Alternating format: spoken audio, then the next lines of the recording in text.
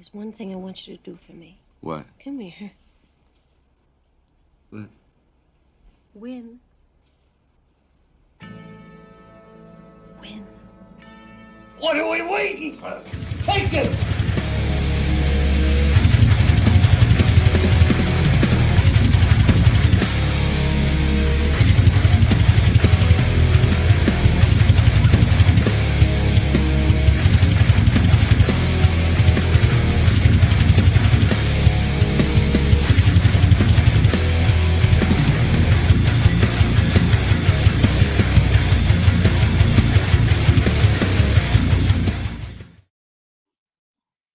What's going on, EoP sports fans? It's Wednesday night. It's 8:30. It's time for EoP. I'm Big Al. I'm Joe Shear. I'm Freddie Burns. And I know the Phillies game's on, and Aaron Nola's doing Aaron Nola type stuff in the fourth, as he usually tends to do.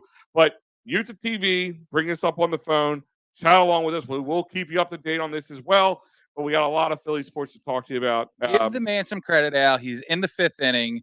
But yet, yes, it is another 4-run game. Yeah, and it's 73. He honestly should be at most 60 pitches right now if he just stayed steady. But now he's at 73, 74 pitches after that one. But guys, remember, this is brought to you by PhillySportsTrips.com, Sherry'sTickets.com, SherryInjuryLaw.com, and of course, Dolan's Bar. But we're going to get on to those guys in just a moment. But the biggest news to come out is the Sixers had finally finished their hunt for a new head coach, and Nick Nurse, former Raptors coach, is the new head coach of the Philadelphia 76ers. So it's technically Fred the winner from last week? Because that was his number one guy. Well, I guess. I mean, Fred got what he asked for, I guess. Fred also tweeted that the day after the Sixers lost, that Nick Nurse is the move. Yeah, I actually do remember that. And do you still believe that? Yes, I believed it last week. What do you think has changed? I tried to explain this to you last week.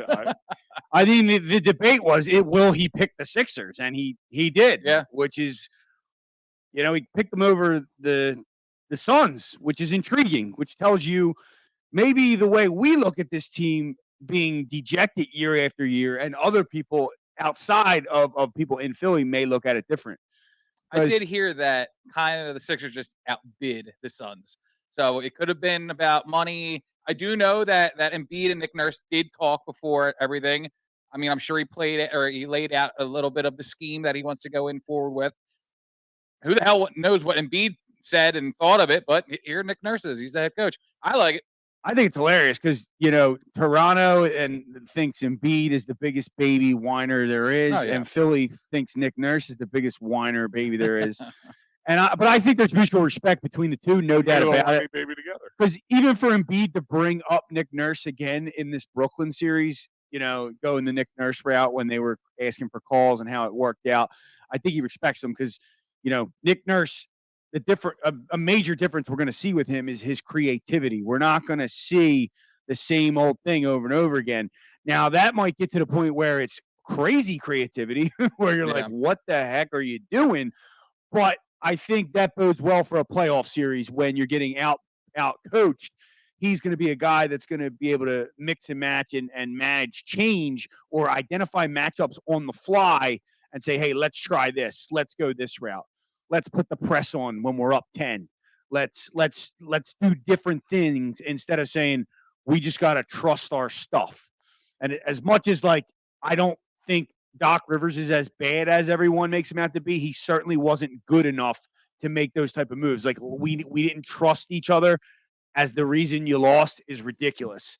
Do you think that with this new hiring, this kind of, I don't know, James Harden, do you think James Harden likes this move? Do you think this is something that, put the spring in his step? Or do you think that now with a number of Toronto's, free agents available, and Fred VanVleet and Trent Clark Jr., I believe his name is Gary Trent Jr., shooting guard, point guard.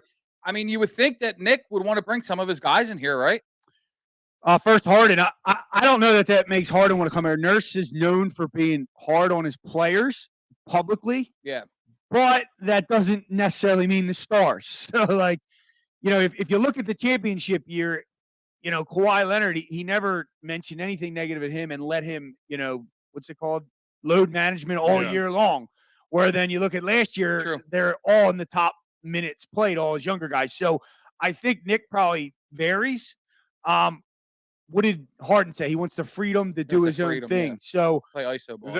I thought that meant he just wants people to go to the strip clubs without anybody questioning the fact. I mean, it could be better. Hold on. I'm not making a joke there. I know. Like I'm making kind of a joke, but I mean, I thought that's really what he meant when he first said that. Like, not just on the court, but off the court. Like, I just want to be James Harden doing James Harden type stuff. And I heard a comment earlier about Nick Nurse, and Fred, what you were saying about how publicly he speaks on some things that are going on team related. And people were saying, like, you might have to like pull that in a little bit because it's not going to make people here happy. And if James Harden is here, I mean, that's a big thing. I mean, Harden is always in the public eye for going to clubs or for whatever, the white parties, the birthday parties, like whatever it may be. He's always in the spotlight, in the eye, and being, looked down upon for things that he's done. I mean, just like that little guy in his camp, he said something to him. It was a playful slap in the face. TMZ picks it up and it's all over the place. It was probably so innocent and such a non-big deal, but because it was James Harden, because it looked like something controversial, then it got out there and it was spread to the masses. Nick Nurse might have something to say big time about that type of stuff. Yeah, he may, and that may turn Harden off. But I mean, we don't really want Harden here for a long-term max anyhow. Yeah. So, right. If the reason you don't want to become here is because you don't want to be coached, then get out of here because you need to be like teams need. Like if you're a player, you want to welcome that coaching and that different stuff. So I like the fact that he's hard on his players. I think this is Philadelphia. This is a hard-nosed blue-collar town. Like this is what we want. We don't want these pampered, babied athletes. Sometimes Joel Embiid, I mean, he doesn't get enough criticism for it, in my opinion. But that's not what we want. We want somebody like a Nick Nurse to get into the ass of these guys and get them hustling, get them moving, and get them to be just more productive than what they are. He's known as a whack job, like he's nuts, which is cool. I get that. To a point, though. Perfect Philly guy, then. All right, and I get that. But I'm not looking for the perfect Philly guy. I'm looking for the guy that's going to be able to get the most out of what we have. Because that's the one thing I think Doc Rivers couldn't do is get the most out of it. He think about it, the last two coaches that the Philadelphia 76ers have been team coaches or players coaches, whatever you want to call the term. And I like the fact that he's not. And I would like to add very successful regular season coaches. Yeah. It's not as if, like, I know we trashed Doc and Brett Brown, but they weren't trash. Because you know what I mean? They weren't garbage, but they weren't good enough to get over the hump, like you're saying. I want the guy who, like, listen, I sometimes as fans, we got to step back and like, if he knew, all right, Kawhi Leonard, we knew what we had to do with him to get to maximize the most out of him in the playoffs, to get what we got out of him, and that's what we got. We got a championship. If he has to figure something out with Embiid or Harden or something, I mean, he's the guy. He's the guy in charge. I got to trust him to do it. But I mean, Nick Nurse is just one, or any coach we bring in would be one piece of the puzzle. Because just in your heart of hearts, you take Nick Nurse and put him in charge of the team this year that just passed. Do you feel like there's much of a difference? Yeah. Extreme difference. There has to be some. I don't think he would have been just stuck. When the Celtics Celtics shut down the pick and roll, which was our bread and butter all season long, I think Nick Nurse would have came up with something creative. It might not have worked, but it may very well have worked. He did it with that. He got the Raptors over the hump. And Kawhi's a big part of that. But every year they lost. They were like, it's similar to what we're doing. Every year, get there, lose. Every year, get there, lose. He got him over the hump. And I just want to reply to the second part of the earlier thing you said. I do think this opens up for potential Raptors to come here. Fred VanVleet kind of got caught in his words in an interview. Like, hey, I'm all for him. I'm rooting against him until I'm with him. If he's a Raptor, like he kind of like, like I might have just led that I could be a Sixer. But he does his contract as a player option. It has nothing to do with the team. So it's in his hands if he wants to come here or not. Very true. The only thing you would have to see, you got two very small guards now, where if you go up against tall guards, like a Tatum and a Jaylen Brown, let's say, they're just going to be able to shoot over the top. Though Fred VanVleet is very good defensively. Gary Trent Jr., I think that'd be a good. It was one of the trades we did on our Tobias trade was Tobias to the Raptors for Gary Trent Jr. He's also a player option too, though. Well, whatever. Yeah, I got you. My point is, they might be want to come here. Now, Gary Trent Jr. is one of the guys he trashed publicly, so I don't know if he'd be the guy. But Fred VanVleet would be a good signing. That's a tough name to say. Fred VanVleet. Is it well, it's Vliet? So here's right? the thing. It's Vliet. Van Vliet. With a and V. I keep saying Van Fleet too because of the band Greta Van Fleet. Yeah. So I keep getting tongue tied with it as well. And it's just a trade for Seattle. Like, I don't know what could be, because what are the Raptors doing now? Cameroonian brother coming to Philly? Are they going to a rebuild? Because that would be the move. They would want to get out of that contract, get Tobias for a year, get off that contract, and then go into a rebuild. I think it opens up a ton of things, because I think a lot of players wanted to come here to be coached by Doc because of the name. Yeah. And they get here and they're like, and then you see players that leave him always have something negative to say, like JJ Redick, Blake Griffin, Chris Paul. They flourish a bit more too.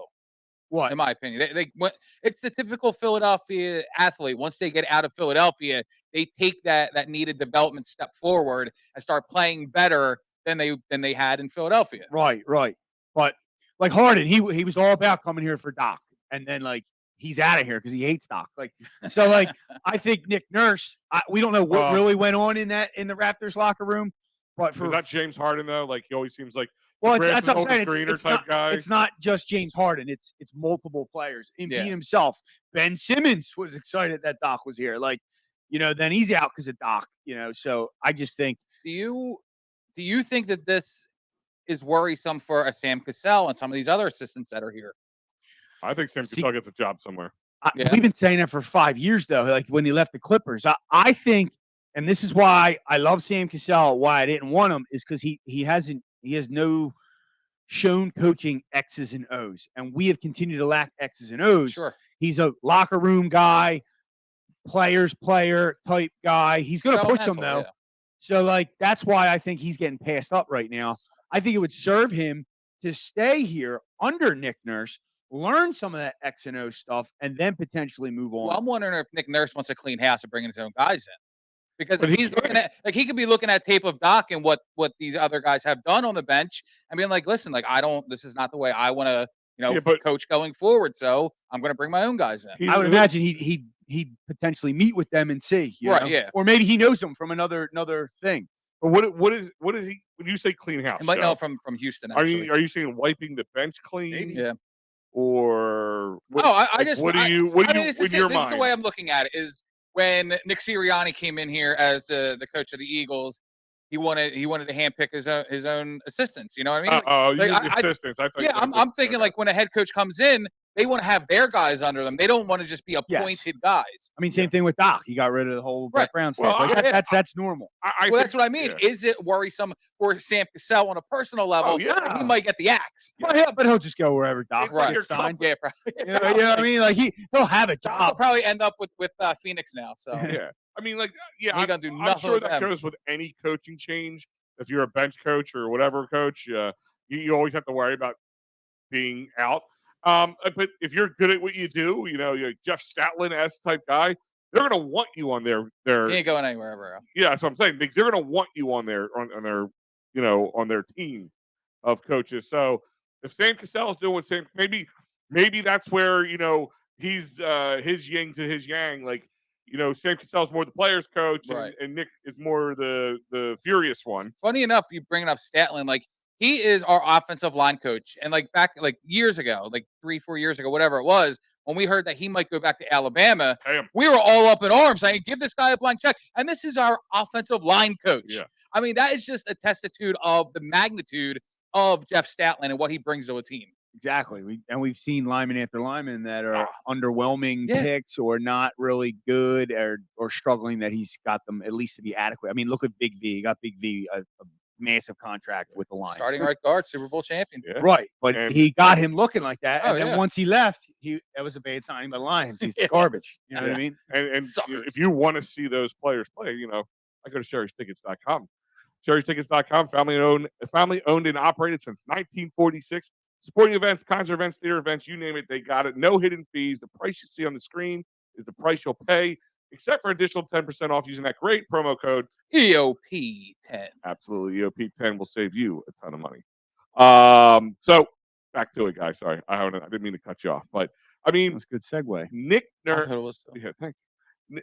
I wouldn't say Nick. I don't know if any of the coaching hires would move the needle for me because I think I think having somebody with the X's and O's and bringing a different temperament in, that's a plus.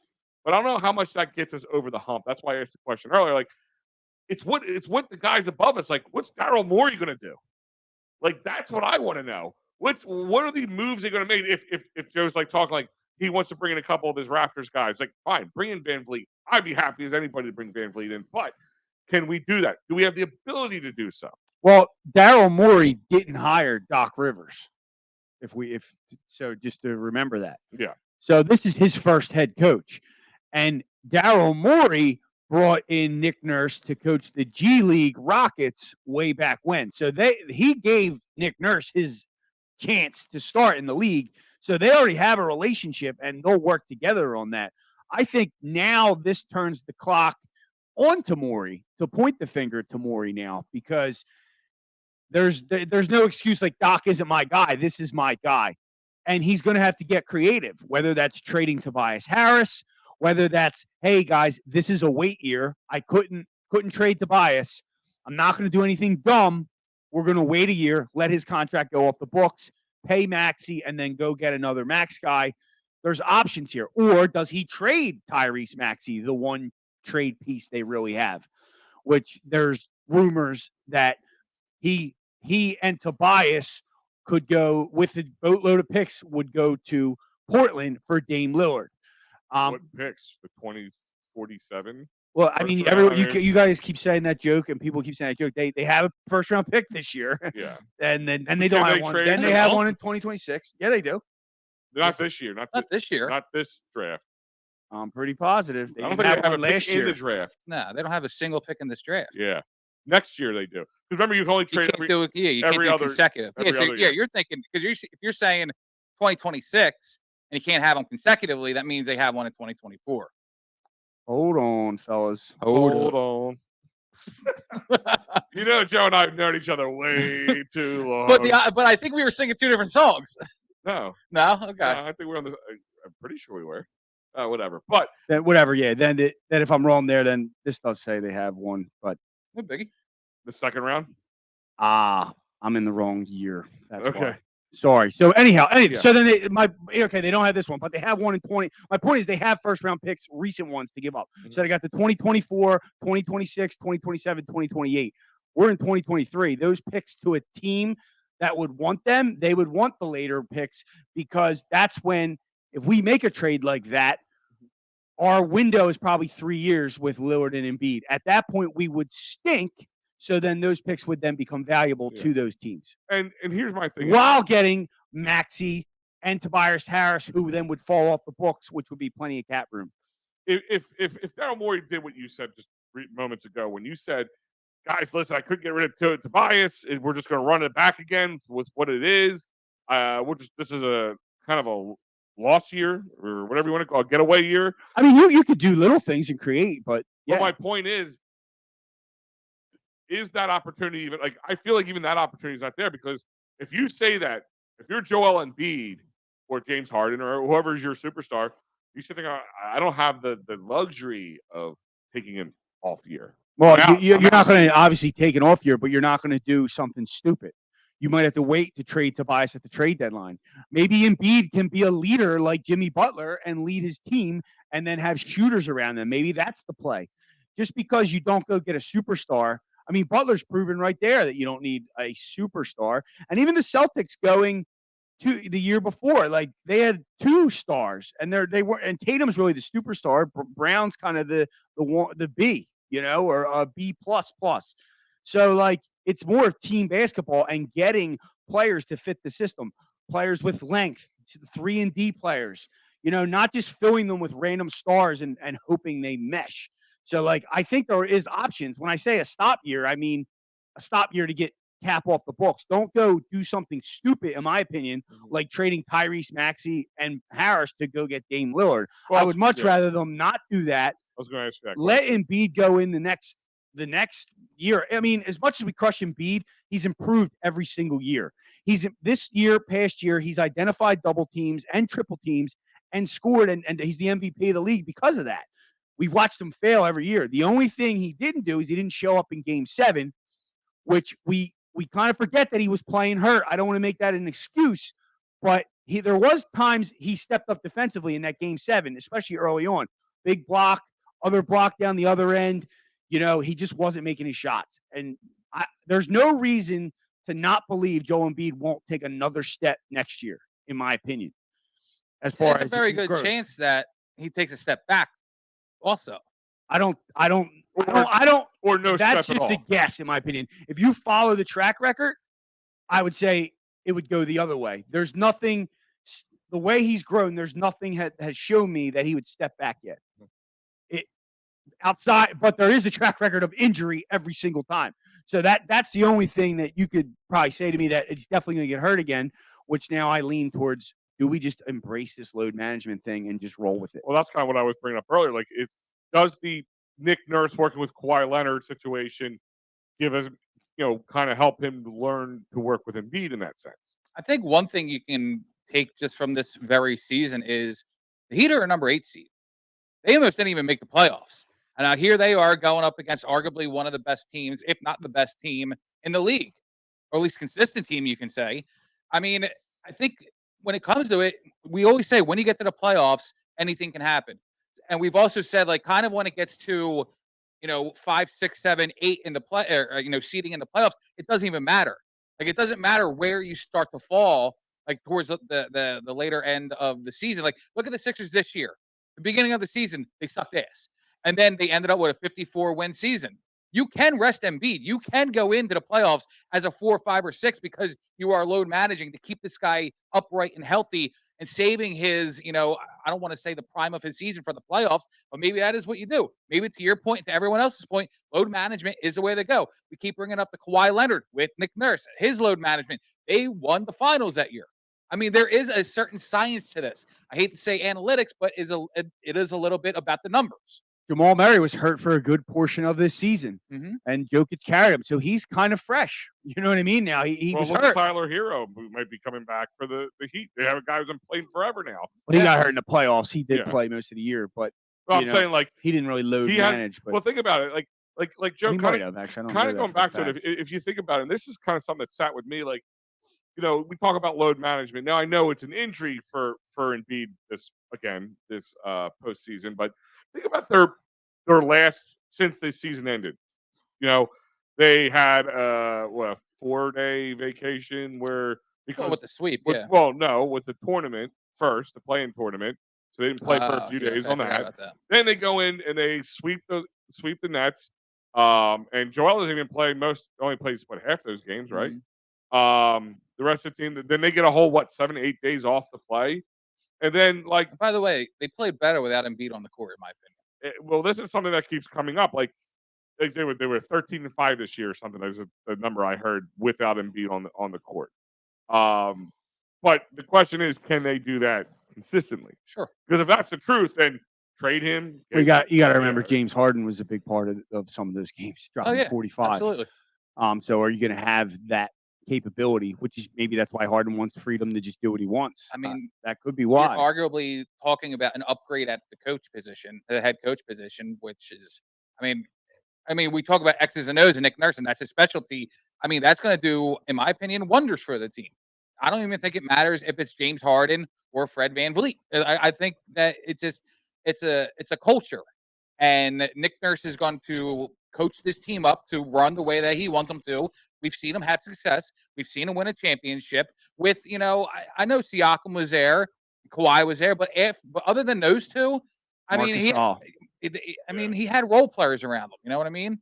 Marc Gasol was a big part, but I think Kyle Lowry, Kyle Lowry too. But I think a big part that gets forgotten is that second year when Kawhi left. Yeah, and they had really no one at that point. Siakam had not come into his own yet, and he coached them to the second seed and had them go. And then they lose Lowry, and then it starts to sputter out of control. I mean, he didn't really have a roster to do anything, and they were still borderline a playoff team this year. So I wanted to pick. The only thing is, do we, to your point out, do we have the roster to run whatever? Funny, because we need like the Raptors are long defensive, and they're always a top defensive team. Their offensive kind of has stunk since Kawhi's gone. But now Nurse will have a center, which he's never had in his career. Like, I'm very interested to see what he's going to do. Maybe he comes in, he says, look, dude, this pick and roll stuff's out. You're on the block. We're going to go get 3-point shooters now. And, like, it's what we've been saying, like, for years. Like, why can't we just have all 3-point shooters and him on the block and just drain threes? But you also know that there's times that dries up too. I mean, you can live by it, you can die by it, the old saying. Yeah, but it commands the defense to get out on it. They can't just, if you have good ones, you can't just let it go. So then Embiid won't be triple and double team, and then it will be up to Embiid to be a monster down there and not shy away, which he did in Game 7 and at the end of Game 6. And speaking of a commanding defense, I go to cherryinjurylaw.com. David R. Cherry, workers' comp, motor vehicle accident, personal injury, criminal law, 610-565-0300. The Cherry firm. David Cherry will fight for your rights and put up a commanding defense for you, as Fred just said. But I just, and maybe the reason I'm not overwhelmed by Nick Nurse, or I don't think I'd be overwhelmed by anybody. Like, I think Monty Williams was my guy. Like, I really wanted, but I don't see. That's to me. That's another Doc. It's a guy that can't draw stuff up. Culture guy. He's going to get you. That's just. I don't know why. I guess I don't know. He had success. I just feel like he's rumored to go to the Detroit Pistons, which I think is a good fit for him. I thought he turned that down. He turned it down originally, didn't he? I just saw a tweet today. I don't know. Maybe it's back up. Apparently, they offered him a lot of money already, and he said no. There was rumors that he was going to take the year off from coaching. See, I think that's a good fit for him but then he probably doesn't want that. He probably wants to get to a contender quickly to win a championship. But but he's getting the same. He's the kind of guy who. Why I like him. He's the kind of guy who take a muddling team and get him to the next level. Because look what he did with Phoenix. Phoenix was kind of that. He didn't get them to the next level. He choked. That's why he's gone. Well, I mean, he didn't win a championship, but he was able to take them from a below 500 team to a 700 team outside of this year because of the injuries. But he was able to take and get a lot more out of it. And you know what? Listen, maybe they also had stars emerge. But Booker, Chris Paul, and then he gets Durant and can't get it done.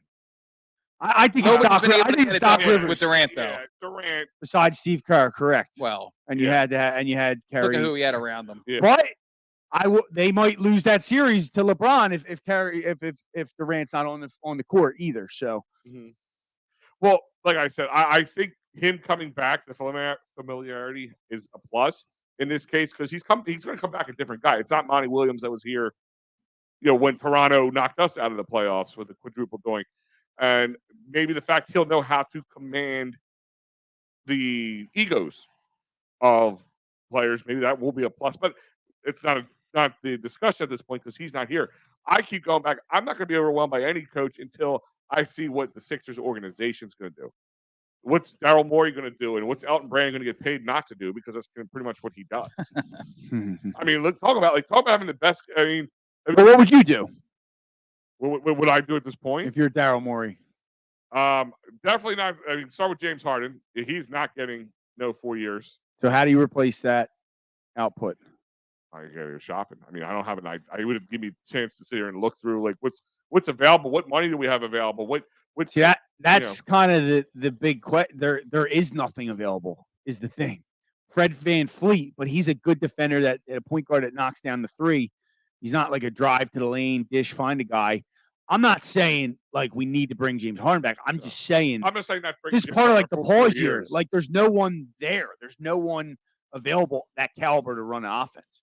Is there anybody that you really outside of your top five, your Embiid, your Maxey, Harden, all that? Is there anybody on this team that either one of you guys want to make sure they stick around? Like one of the bench, like D'Anthony Melton. D'Anthony Melton would be one. That's a nice one. Yeah. I like Melton. I kind of want to see what the hell is his name? Who did we just trade Thibault for? McDaniels. What's his first name? Josh. Jalen. I kind of want to see what he can do. I feel like he hasn't been around enough, and he's been posterized as his 3-and-D guy as well. And I don't think he really. He was injured for a little bit, so more time on him. Yeah, I'd be fine with. But he's a free agent as well, right? So if he's going somewhere else, I can't see him. It's kind of good that he kind of got benched and stunk because now we can maybe get him back for something cheap. I think Daniel House played well when he got his opportunity in the playoffs. I'm saying these guys are young, and if they are still in the point of their career where they need to be developed, I mean, to me it's a low risk, high reward type of guy. I want to bring up, and you're not going to replace everybody anyway. I'm curious to see Springer. He should get minutes. I want to see McClung? him. And I was all McClung getting it. I was hating. Yeah, right. I was a hater on him until I watched him play that game against the Hawks, and he just had what I love about Springer is he had no fear. He was taking the ball, and he's not a scorer. He's not supposed to be a scorer, but he was like just had that it factor with him. I couldn't believe it. He was like he wanted the ball. He did not want to give it. He had no fear.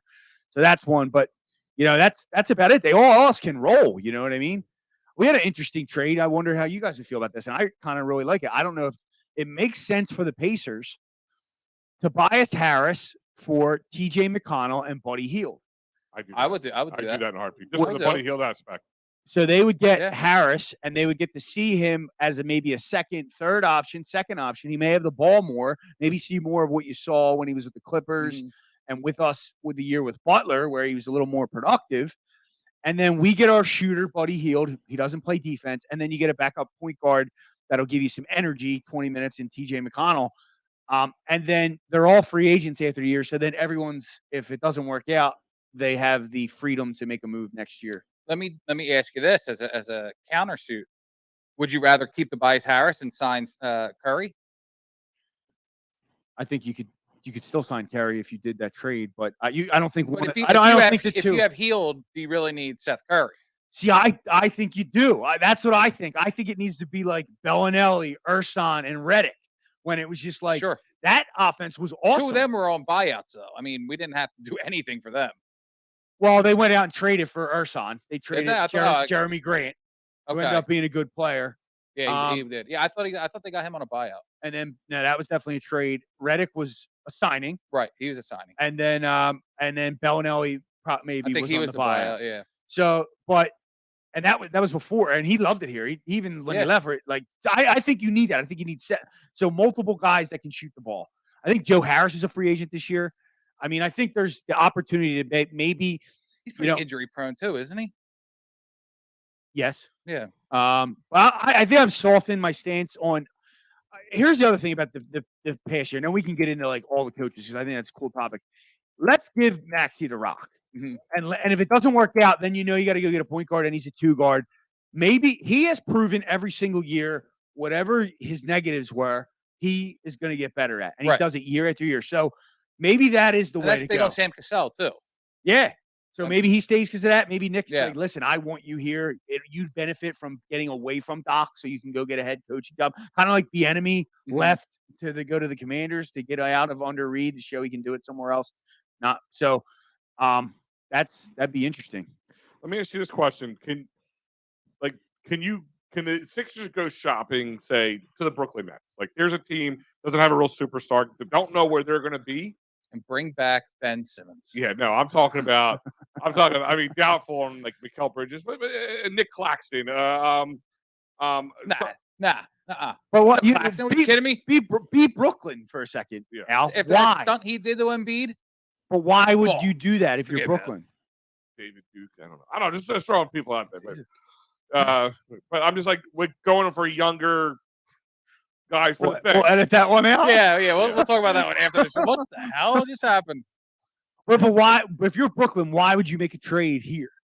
Well, I know you wouldn't keep, but where they're at, depending on where they're at mentally, are we selling and trying to build up pieces for the future? Like, or are they going to build around Mikal Bridges and Seth Curry? And Seth Curry's a free agent. I'd imagine he may. I'd be giving up anything for Mikal Bridges. Huh? I'd be giving up anything for Mikal Bridges. Yeah, I don't care. He did disappear in that playoff series though. He wasn't even, and Embiid was out 2 of the games, and he was. Sure. It's not like he attacked the lane suddenly, but he's a great player, young player. Well, I don't think he's a focal point. I mean, I don't think you would bring him in here to be the replacement of James Harden per se, but he'd be a nice role player. Dude, he's borderline all-star. Yeah. He's a good player. I'm just saying I don't know what I would give up get I him. still is think my that point. was kinda the had this dumbest thought in my trade in mind Sixers of- history. You keep bringing up the no joke. doubt about it. Dumbest trade ever.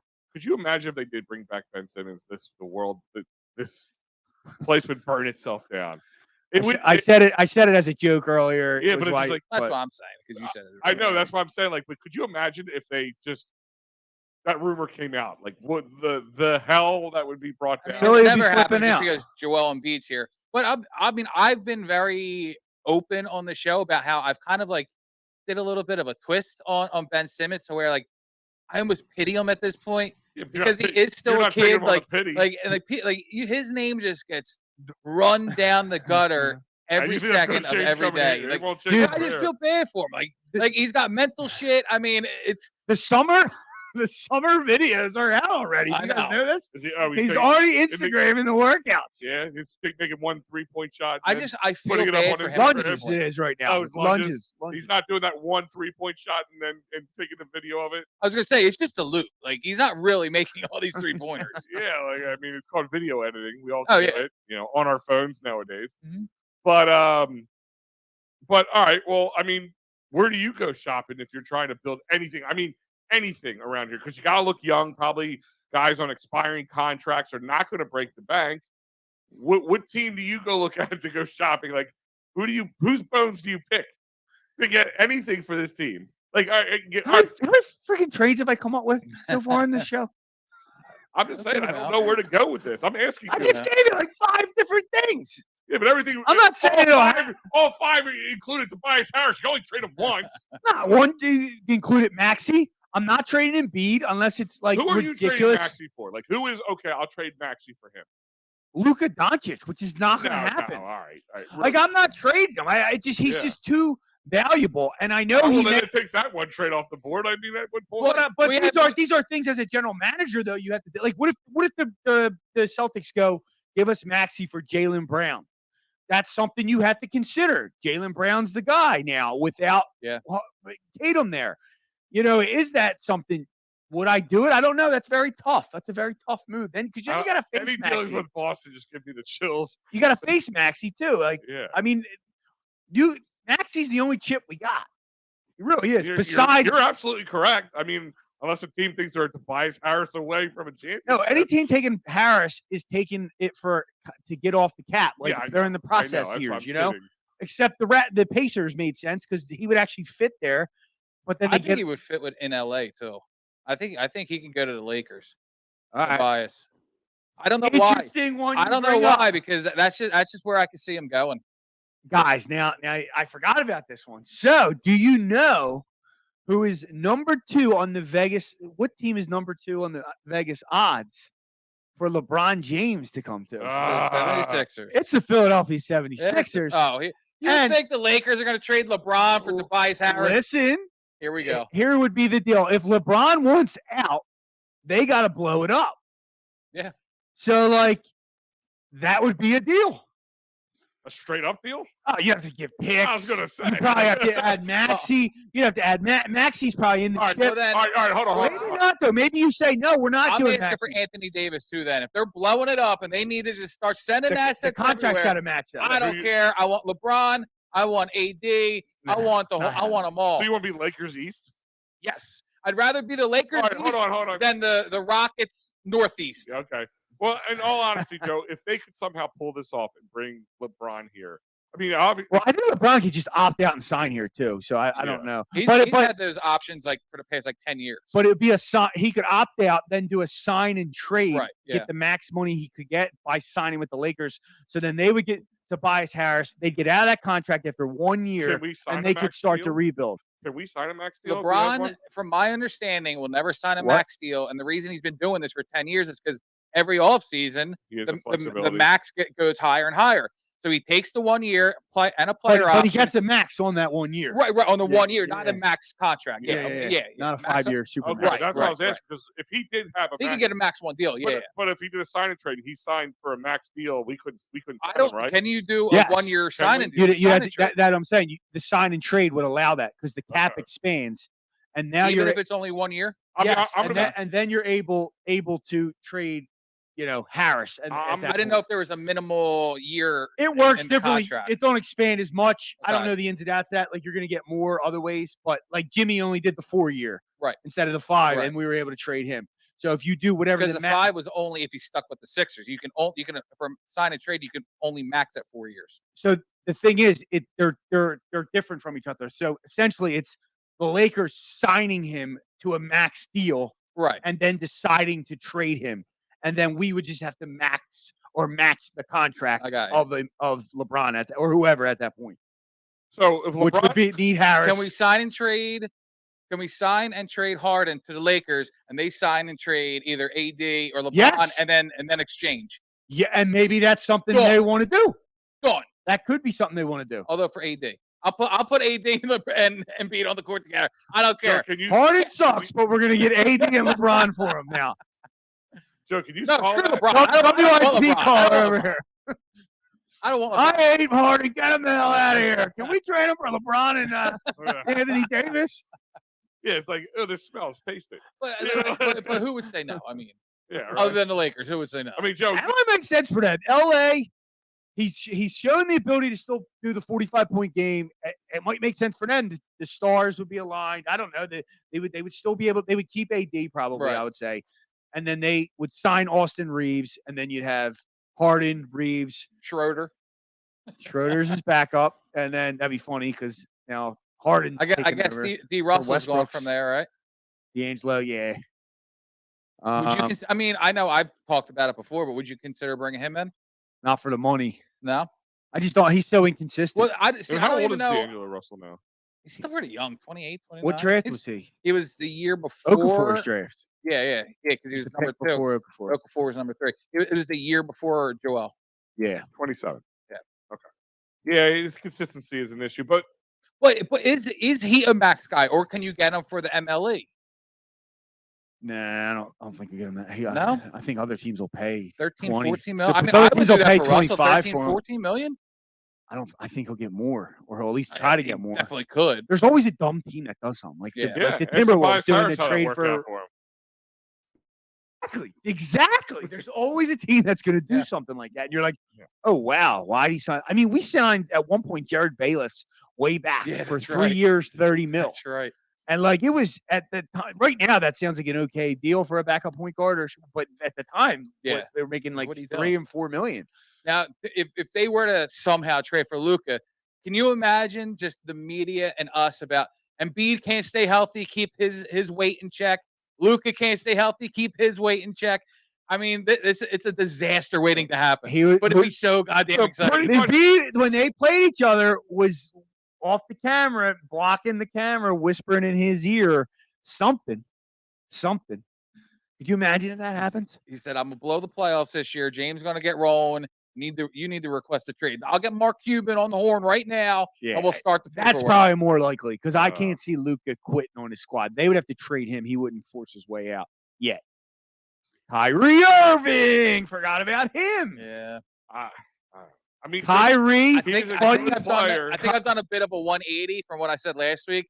I think I would welcome him with open arms. I really think I would. It just hit me. So say we do that Pacers trade. Kyrie, Buddy Hield, sign Seth Curry, TJ McConnell back up. The only thing that sucks is like we would need a 4. This is just how many times have we said about how this team hasn't played with a full 5 consistently through a whole regular season, and now here we are again, another playoff second round exit, and we've talked about trading Embiid. I mean, this is like, and now we're blowing the team up again. Trade Harris for this person. Who can we get for Maxey? Who do we want to keep? That's not one of the main guys. The Anthony Melton. Like we are so.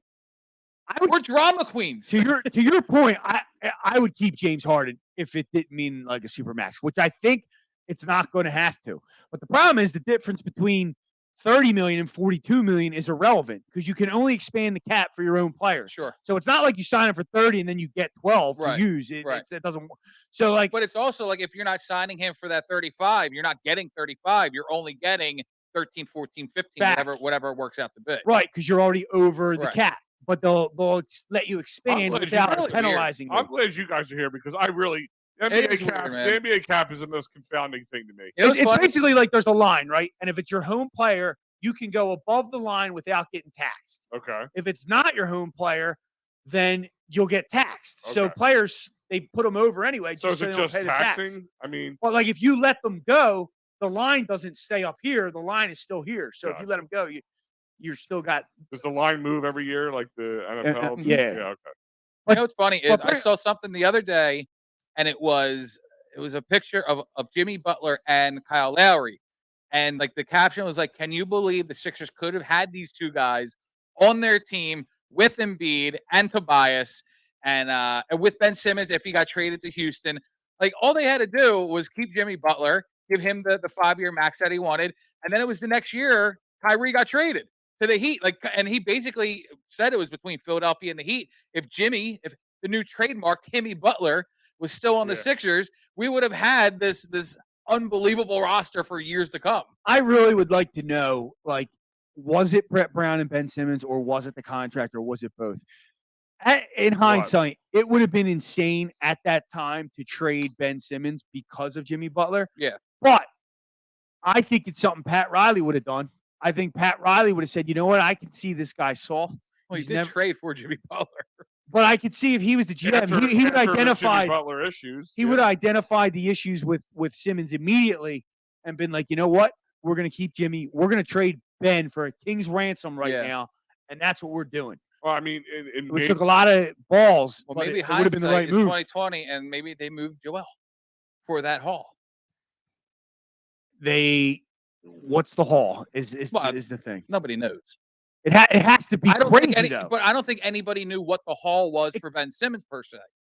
So it would have been multiple first-round picks. I agree, but I think it would be multiple first-round picks for Joel. But like, we can't sit here and say, "Oh, they should have gotten the haul for Ben Simmons," when we don't know what that haul is. But we can't sit here and be like, "Oh, well, what's the haul for Joel Embiid?" when we don't know what that is. But we know it would have if Rudy Gobert got 4 first-rounders. Absolutely. Now, a young Ben Simmons without his flaws exposed yet. Right. The only people that would have known about his mental makeup are the people in the gym with him. Now, at that time, he had never missed a game. He always played defense. You know what I mean? All that other stuff. You can't deny it. So, like, we all thought we don't know. He was going to get a shot sooner or later. We all thought it was going to happen. But he did like being in LA. He did like the glamour stuff. So I don't know. But he was with Kendall Jenner at one point. I mean, she was coming to Philadelphia. And they were like 11-0 when she was here. I'm not gonna lie, that was cool. So, but I think we overran the Sixers. Let me just say, I'm a fan. Hey, listen, you could have had Halliburton and Hield here for Ben Simmons, but again, we don't even know that for sure. Not that's for sure. That's all we thought it was going to be, and I would have done that in a heartbeat. Pretty sure that I would have done it in a heartbeat. And you could have still had James Harden if you just had to wait another half a year. There's someone that team sucks. This is going to sound like someone that knows someone. I definitely know someone that's valid. That said, that Morey had the opportunity to trade for Halliburton or De'Aaron Fox. And those deals were about done until the whispers of Harden coming out of Brooklyn came out. And then Morey's got to go too. That, because of his relationship with Harden. And this is what, and if I think it's true. I really do think he screwed up. You've talked about this source many of times, and you've never told us who it is. And it was on point too, and that's why I think you still won't tell us. And I it's fine. This Dame Lillard thing has legs with Maxey and Tobias too. I'll tell you that right now. So they want to be the Utah wants to be the Sixers of the West.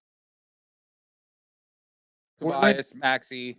Well, they would be getting Maxey. Utah, the Portland is the third. Portland. Would they have the third pick in the draft? Pick, yeah. So they would get Scoot Henderson with Maxey, Tobias Harris on an expiring contract, and they have Thibault. Yeah.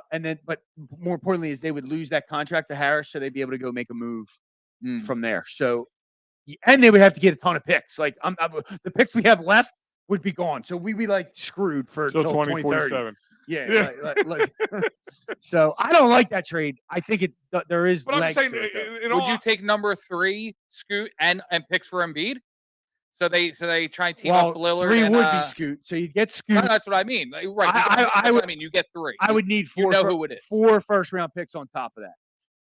4 Well, first here's the plus thing: and third. if they're ready to go overall. balls deep and get Embiid, team up with Lillard, they might be willing to go that 3, Yeah, 4, 5 Yes. first round picks. First one, I'm doing it. I'd consider it. I'm doing it. that's pushing all in on not a heavy hand in a poker A game. You know part what of I me mean? feels like when you get Until Lillard and Embiid win the title. Well, let me I know, but back-to-back hold years. on 1 second. Just 1 second on that. Like, are we? So you're getting rid of Tyrese, and who else should buy some Tyrese? That's the legs on. Yeah. No. Now he's talking about if we just sent Embiid to Portland. Yeah. Oh, okay. Yeah. And just took the All right. picks Well, let me back. I ask would you a do it. question then. But Tobias Harris and Tyrese for Dame Lillard, you're saying that's the trade that you may possibly have knowledge of. Maxie Harris for plus many picks, like Gobert type picks. So package. you lose. If that's Max, a pick, if Dame's coming here, I told you before, Dame's my number one target. But If you they think- have a chance but to you- trade from, if they're bringing him here, do it. Was he the only guy I would trade Ben Simmons for way back Yeah, when? yes, it Remember? was. Yes, it He's was. the only but one. you think he's the missing piece, knowing you'll lose Tyrese? 3 years ago he was though. That's where I'm I at. sat He's here last 32. week. I sat here last week, and the question was, who's the one player out of three, your top three, who you would trade straight up for Joel Embiid? And my number one was Dame Lillard. So if you're telling me that we can give them whatever the hell they want for Dame Lillard to play with Joel Embiid, sign me up all day. I don't care if it's 10 years of process crap again. Give me 3 years of those two balling, and I'm good. On the flip side, if they're just so gung ho over there to trade that number 3 and get somebody over there to team up with Lillard and give us a haul of picks, I'm okay getting rid of Embiid as well. So either I'm way, very wishy-washy with this. so pretty much you're saying keep Embiid, but you need to pretty get much, Dame. pretty much, yes, But if you're gonna get rid of Embiid, we want everything from you. exactly. Okay. All right, Joe. I love you. Basically, what I'm saying is just make me happy, and I'm happy. Oh, okay. That makes sense. It's very simple but true. It makes me Absolutely. happy, and I'm happy. But I mean, I don't know. I just don't know how you subtract those. Like, all right, subtracting Tobias Harris, whatever, and Tyrese Maxey. Then what do you left? Schwarber sucks. Or you have Harden. So you're telling me Harden and Dame he and does, dude. yeah. Well, we'll talk about that in a second. So you're telling me you're having Harden, Lillard, and Embiid. That's your. I don't know that I keep Harden now. So Lillard's your point if guard. we get Lillard, you're okay, fine. Then, Oh my God, yeah. Oh, then- James is gone. okay, Yeah. then what are you filling in now? Like, where do we go from there? Like you. The Anthony Melton. All He's Okay. he's up there, man. He's Seth- up there. He's Seth starting. Curry. 32-year-old Seth Curry who Yes. who has not stayed healthy all year long for a long time.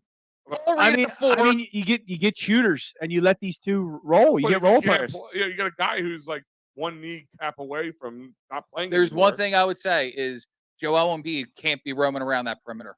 He can't be at the top of the key. If Dame's coming up with that ball, I mean, he should be Joel doing is it- somewhere All right, down all right, you near brought- a block. so- He'll never be on the block. He's got to be near the block. Since you brought it up, I mean, one of the things we said is Joel Embiid. Like I said, I'm hoping. Like people ask me, who do you think is going to win? Is it going to be the Nuggets or going to be Miami? I said, Oh, it's gonna be the Nuggets. I want Miami. My heart wants Miami, but I think the Nuggets are going to win. Yeah.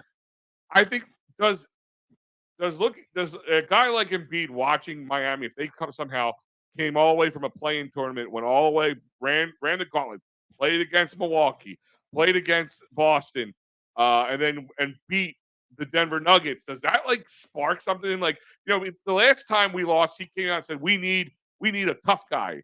So we went out and got the tough guy for him. Now, like, does he probably say, well, maybe I got to be the tough guy? Like, if he sees his boy Jimmy Butler do something like that. That's not Joel though.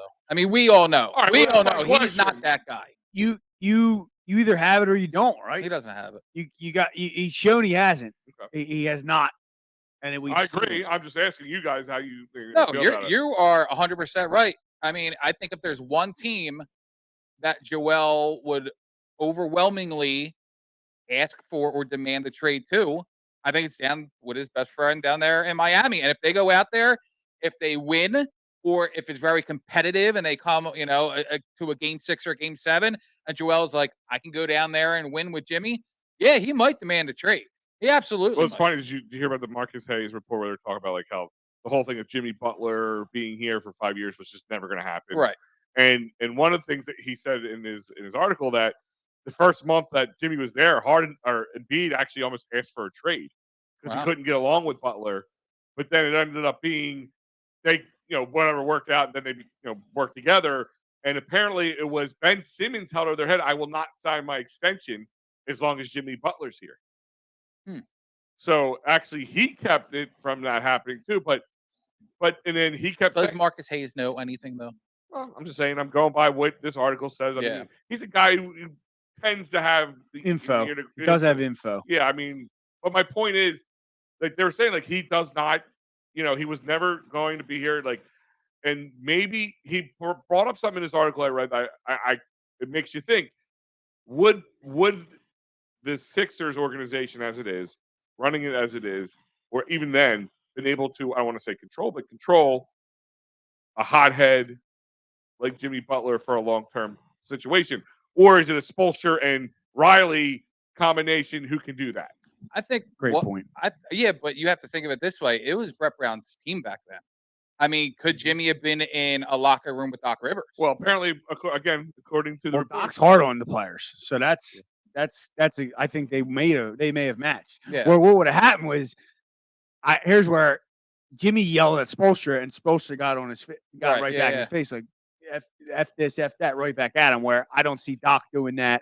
I see Brett Brown like scared. Oh, like, yeah, man, like I see him towering, which happened behind somebody. You know, Jimmy Butler interview with Redick. He's like, I don't know who was in charge over there. Nobody, so you're question. right. We dreamed this dream, but in all likelihood, if he would have stayed with that group, there would have been issues. 100%. Apparently, he was busted into coaches' meetings that players weren't invited in. Like they said, he purposefully would critique like live on the camera, so they would pick up his lips or the audio would pick him up. I mean, we saw that too with Brett Brown. That was one of the reasons I like that though. I love it. I do. Like, remember he got told Ben, "I don't give a bleep what that guy says." Yeah. Go to the rack. Like he was telling Ben that. I'm all right with it. I love it.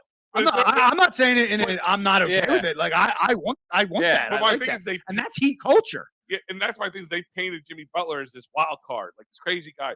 Came from Minnesota, wanted to fight all the guys on the team. He called out the owner, like guys, he wanted to fight. I was a Jimmy Butler fan when he was with the Bulls, when he was with the Timberwolves. So him, like that Saturday, I still remember where I was when that trade happened. My wife was like, "Did the Sixers just trade for Jimmy Butler?" And I was like, "What?" I grabbed my phone right away on Twitter, and there it was. I was as happy as a pig in poop. But I mean, I watched that came from. And that's why I'm still rooting for Jimmy Butler, because I was a fan of Jimmy before he was here. Him coming here was so awesome, but it was so short-lived that you don't know what could have been with this team. I actually watched Spike Eskin poop his pants when that trade went down. I was standing right next to him when it went down. The bark in the park. Yeah, he was sitting there. He gets on his phone, like he's on the microphone. I swear to God, his phone pops up. Somebody texted him. It wasn't like, one of those messages. Like somebody texted him ahead of time. Yeah. I got to go. That's what he did. Like, I got to go. And he goes around the tree. He's like, are you kidding me? Because he wasn't happy about it at first. He was not happy about it. But they love Rocco on the rights to Ricky. Oh, yeah. And Sarich. But why? Process guys, Yeah, well, they all love Rocco. They both went on to other teams and didn't do anything. Yeah, Rocco. I mean, Sarich, I would be where did he went to Portland, didn't he? Suns.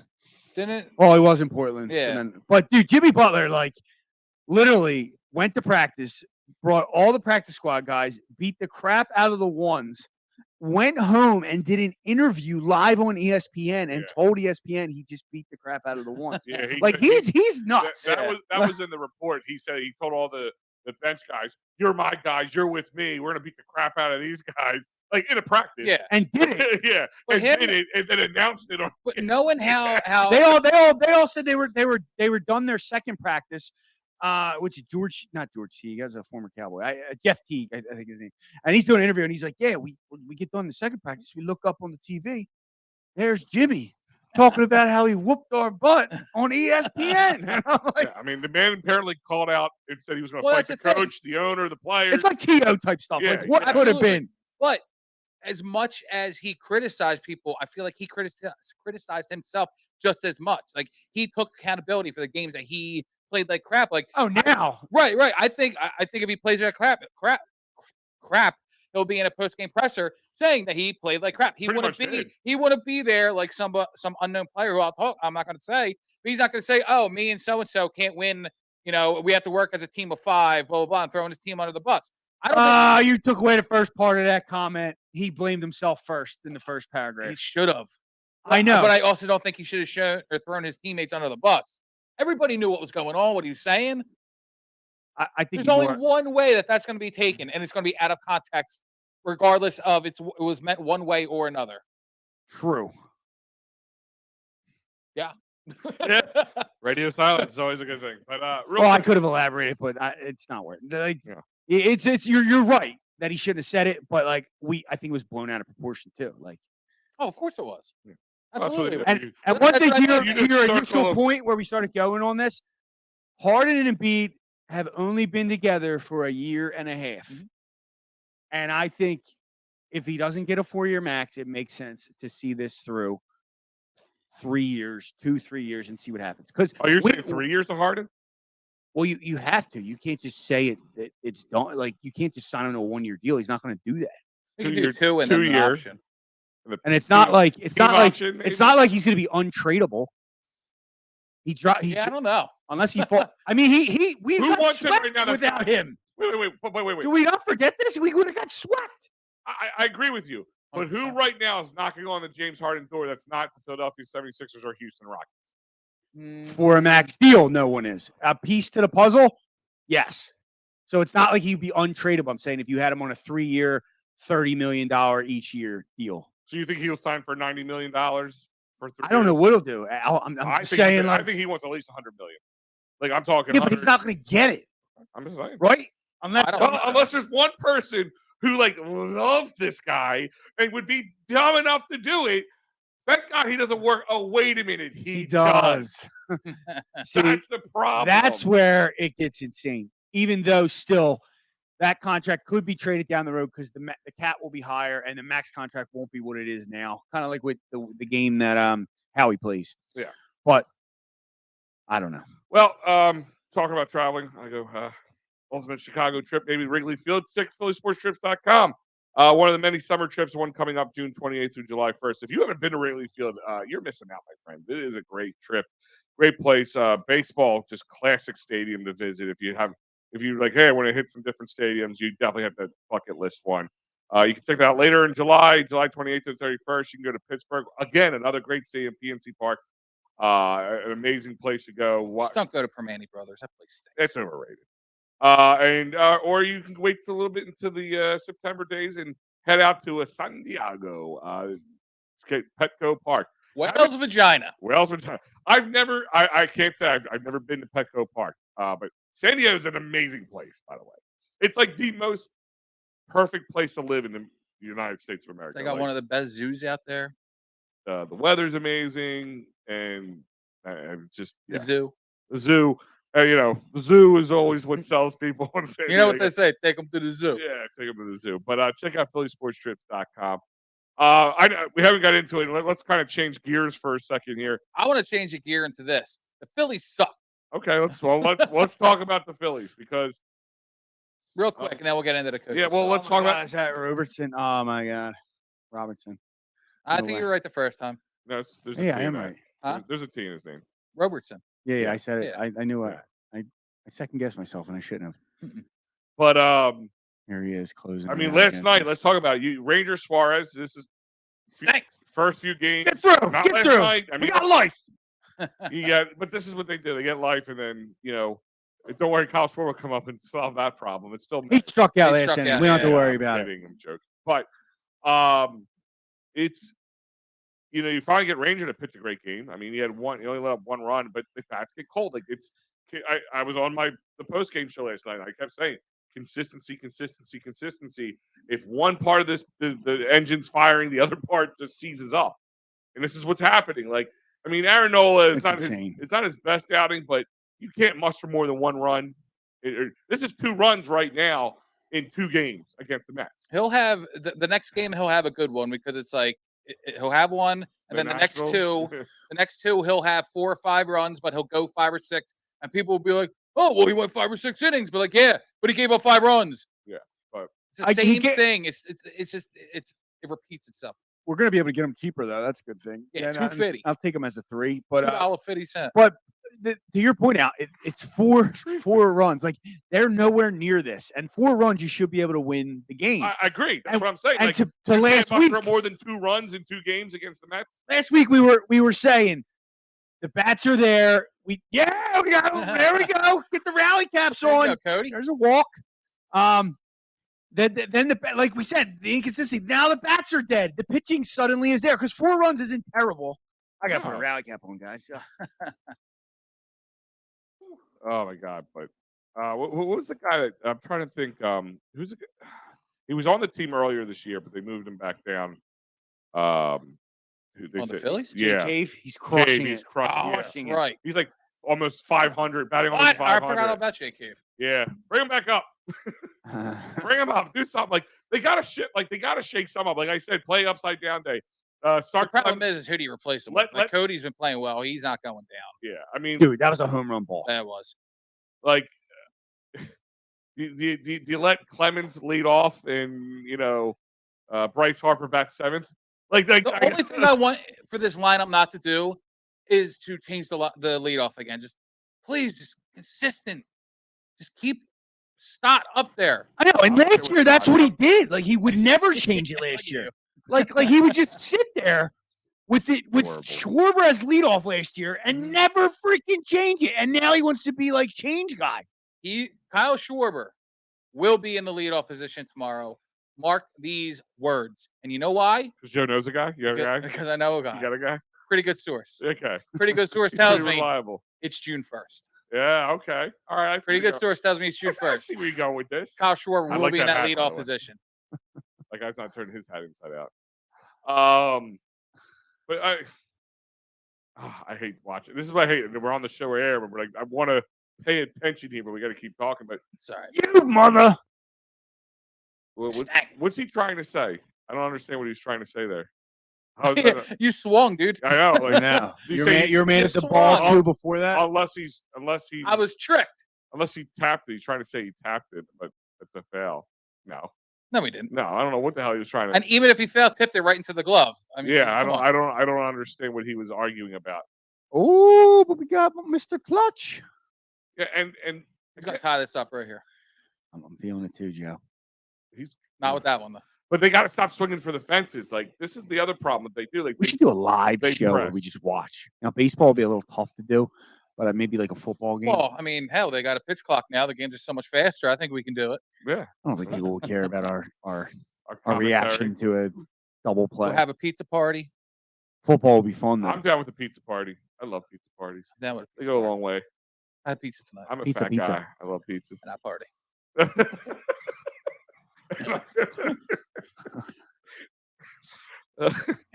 Oh boy. Yeah, guys. Sorry. It's all right. So for those who are just joining us, it's the 9th inning.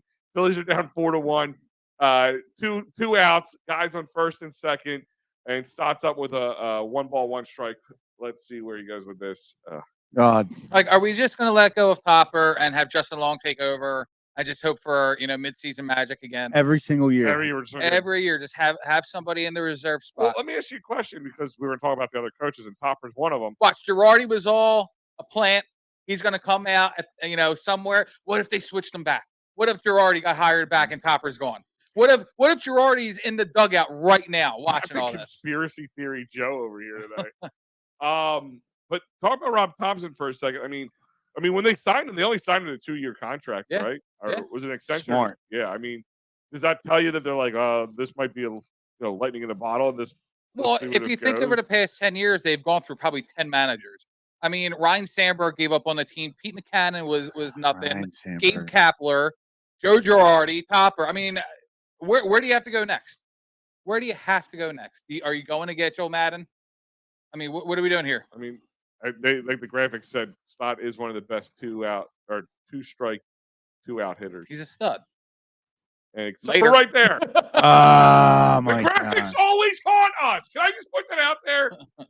Goddamn graphics always haunt us. They could have held off on that graphic. Yeah, I'm gonna blame this on you, Al. You had to open your mouth before he swung. Phillies. Look at Meatball there. Yeah, Meatball. Phillies lost 4-1. They lost the series. Hopefully they can salvage it. Tomorrow's a 7:00 game too, right? 1 o'clock. Oh, the 1 o'clock. Yeah, I was gonna say usually. This whole awful Monday thing's kind of throwing me off a little bit. Me Yeah, too. I get that. So behind at work. It's insane. Yeah, I'm used to being behind at work, but let's get caught up in that. But all right, I mean, like, let's talk about. We were going to talk about the coaches, Topper. I mean, Joe, has your feelings changed? I mean, we were all saying, in Rob, we trust. Well, why don't you My just wife tell just it? texted me and just said the Phillies are stinky. Someone's on our second bottle of wine. Italia's Stinky. Well, tell everyone what the topic is. We're going to dive into we're all. going to dive into the topic here. So we really went deep in the Nick Nurse end of things, but we were talking about our coaches, our skips, our managers, our HCs, whatever you want to call them, of our 4 majors. Because now with the hiring of Nick Nurse and Doc Rivers being out, Nick Sirianni is the longest tenured coach in all the 4 major sports here in Philly, which is kind of hard to believe, but true.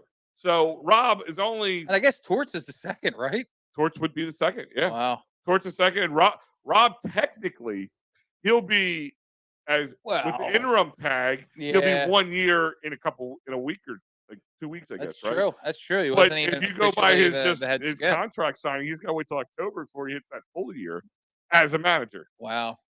October 2nd to be exact. But I mean, we used to sit there and Rob we trusted, and then people lost a little faith after him pulling Wheeler in the Houston Astros World Series there when he was just dealing.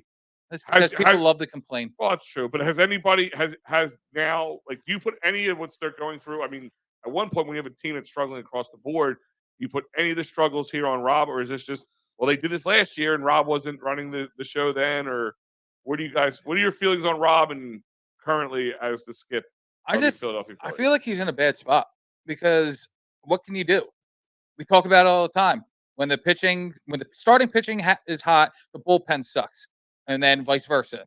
When both are on, all pitching is going good, the bats aren't hot, and everybody's striking out. And Kyle Schwarber continues to bat 100.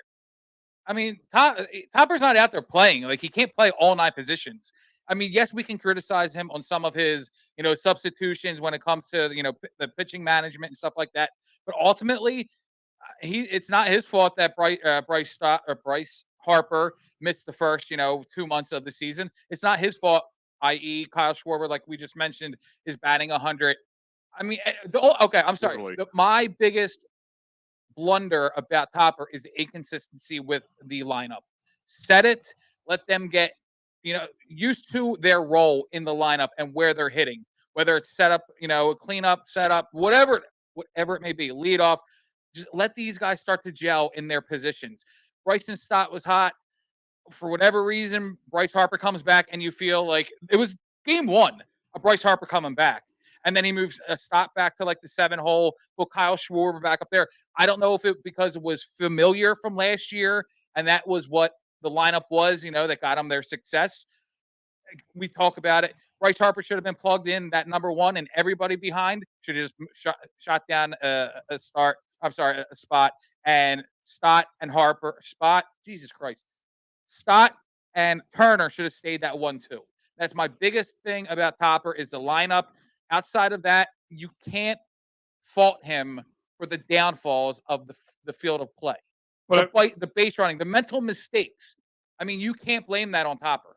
Well, can't you not blame mental mistakes? I mean, I'm not saying mental, but fundamental mistakes if they're making fun of the mistakes. If they're overrunning bases and getting caught in pickoffs and trying to, squeeze the home, if they're getting picked off here and there, that's not on Topper. Well, my question, and I'm not saying blame them, but my question is, and maybe not Rob, but in general, if your team is fielding, if your team's having all around problems, if it's that starting pitching, bullpen, defense in the field, at the plate, who do you blame then? Weren't they also doing that with Girardi last year? And then the change in the guard, and everybody learned how to play baseball again. But the fundamentals were there. We can't continue to blame the manager. But do you change maybe the pitching coach, or do you? I'm just saying. No. But then you're saying you don't like how he was changing up the lineup a lot. Yes, that's my biggest thing with him. But he has to change something if it's not working, right? Then what do you change? Where do you go to bench change? Somebody? All right. Kyle Schwarber, bench him. All right. You want to get some respect from, I would even say from the players. You can't keep putting out there a dud and expect it to just flourish. I agree. And when Topper first got hired, I guess you would say took over for Girardi, I wasn't like excited. I think we were just happy Girardi was gone. Yeah. They went on a little bit of like a winning streak, and it got exciting. But I was ready to fire his ass when they pedaled their way into the playoffs. He was making some ridiculous decisions down the stretch there when they were losing their way into the playoffs. Then what got me was when I started to become a Topper fan is when they beat the Cardinals, and he said 13 more wins till we win a World Series. And I was like, whoa, my man wants to win a World Series. That takes some balls to say that. I became a fan of him at that point. And then the Wheeler thing happened. And I'm like, that's so like analytic. I hate the analytics. They didn't even know if he was going to start that game until right. So is that like, regardless, I don't like that. It's just not me. It was just like an analytical move to me. So then this year I was kind of that wait and see. I don't think we should fire the manager. I don't think we should blame the manager. To your point, but the manager has to do something, and he has to bench Kyle Schwarber. That is the move. That is the freaking move. Last week, sorry, not to interrupt. It's real quick. Last week when we were talking about this, we were talking about Schwarber and his downfall so much at the plate. And we've said you can't trade him because he's too likable. They're not going to bench him. They're not going to do anything because he's too likable. The very next day, I go on Twitter, and there is the Kyle Schwarber beer. And I'm like, this guy is on everything. He is everywhere. Your Cure Auto Insurance commercial. Yeah. But he needs a break. Like, sit him down. And the standard needs to be set. Like, hey, if you're not going to play to this standard and you have like a past or a past success here, we're going to sit you down for a little bit. And if you don't have like a past, then you're getting sent back down. Like, that's the standard. Like, hold the standard or not. Yeah. And to your point about the damn lineups, I couldn't believe it. I even like kind of was questioning him when he moved Stott up to 1 because he was having so much success at 7. Yeah. I'm like, why are you going to mess with this guy? But he had success at 1. He's still having success anywhere he puts him, really. He hasn't messed him up. But, yeah, just leave him at 1, man. Stop with the Schwarber leadoff. Like, they just want it to work. They just so bad want to be like, oh, yeah, it worked today. We got a home run. Like, no, dude. Like, get it out. Like, just get Schwarber out and then get him out of the lineup. At one point, I was, like, pounding the table for Schwarber not to be taken out of the leadoff spot. And now I'm like, it's you were. I didn't know that. Oh yeah. Oh, big time. I understood it, and I didn't argue against it as much as I'm like, I get what he gets more at bats, and then hopefully there's more runners on. The problem is 7, 8, 9 people aren't on the base. This year they are. Apparently, yeah, now they are. But in past and historically, the leadoff guys that's what the leadoff guy gets you on base. It's very frustrating, but ultimately it's on the players. You think like on opposite day they'll just flip the roster? That's why I said earlier, like, do an opposite day. Yeah. Change it up, shake it up, whatever you gotta do, man. Just bench him. Just bench him. Like, what is the big deal? Like, devil's advocate. You're sitting down for 3 games. We're platooning you. You're only playing against righties. You can't hit lefties, so we're only playing you against righties. We're doing what every single other team you've been on has done. We're back to there. And that is what it is, man. Like, what? Well, let me ask you this question: Is it not playing devil's advocate for a second? I'm not saying he should get a pass, but when they brought him in, there was no way he was playing the field as much as he has been. Now, with of course, the injury in the beginning. Well, he wasn't playing left field either. Huh? He wasn't playing left field either when he was playing the field. He was playing first base. Yeah. So, I mean, my point is, like, is part of that play into this a little bit with the whole having Bryce Harper taking up that DH spot a lot last year and into the beginning of this year now. Does that play a little bit of factor? He led the NL in home runs last year. I don't think it had anything to do with it. Is that another reason Kyle Schwarber gets a pass? Is like he's confounding in the sense like, all right, he's got like one of the worst batting averages, but yet he leads the league in home run hitters, at least power hitters, usually have a lower but we're talking batting average and higher home runs. I mean, Ryan Howard didn't have the greatest career batting average. But I don't think he broke 220 at the end of the regular season last year. I think it was like 217. Yeah, you're probably 100% right. I mean, 0 for 3 with a walk tonight. Yeah. 0 RBIs. 0 for is usually his 0 runs scored. I mean, but hey, That's We're almost forgetting. everybody. We are forgetting. Tomorrow is June 1st. The only one who got a ribby is Sosa. And it would have been the it- perfect Sosa, time yeah. to. I guess you're right. Maybe they are just playing them through it. I was going to to say, get are to they literally June. holding their breath going, just wait to June? Because Trey Turner has Yeah. that a little bit in him, too. Like, if you look at his numbers. That's another one. He's over month. 4 tonight. There we go. 0 for 4. The whole box score's up there. Bryce Harper, the guy who just had Tommy John surgery, is the only guy who can play consistently. And he sat out the other day because he was sore. Brandon Marsh. The bottom 3 is 5 for 11. 4. Do you flip Brandon with JT at least? Maybe move him up a little bit. JT's been struggling as of lately. Put a little speed up there too. I don't know. Well, Brandon Marsh, when he was, I don't want to put it this way, but when he was a bottom feeder in the lineup, they moved him up to the 5 spot for a number of games, and he did a 180. So that's what I mean by the consistency in the lineup. Like, I look at it as role players. There's the leadoff. There is the cleanup. There are the 7, 8, and 9 hitters. Like, it's almost like a setup guy, in my opinion, with a bullpen. When the setup guy gets thrown into a closing role, maybe it sets him off mentally. It's not what he's used to.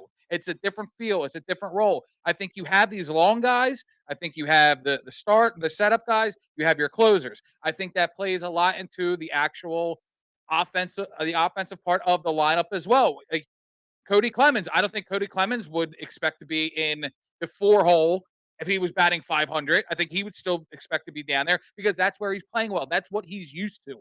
That is where the chemistry within the team and the lineup comes from. These guys know where they are day in and day out. I think walking into that clubhouse, not knowing what the hell is going on, I think that does something to these guys. Which is the opposite of what he did last year. Right. Know your role and shut your mouth Yes. in the name of the Rock. Because Stone Cold said so. Is it Stone? No, it's No, the Rock, that right? was the Rock. Okay. That was the Rock. Just got his 90s wrestlers mixed up. Austin 316. With that said, I don't mind the lineup tonight. Yeah. Well, all right. Well, Stott, Turner, Harper, Castellanos, Yeah. Schwarber, Real Muto, Marsh, Clemens, Sosa. It was actually a good And that's lineup with tonight. Alec Boehm out. So, Right. So I mean, the only thing I would say is if Alec Boehm is in, you throw him in that 5 spot. Kyle goes down another spot. And then, I would even flop him in Real Muto. Yeah.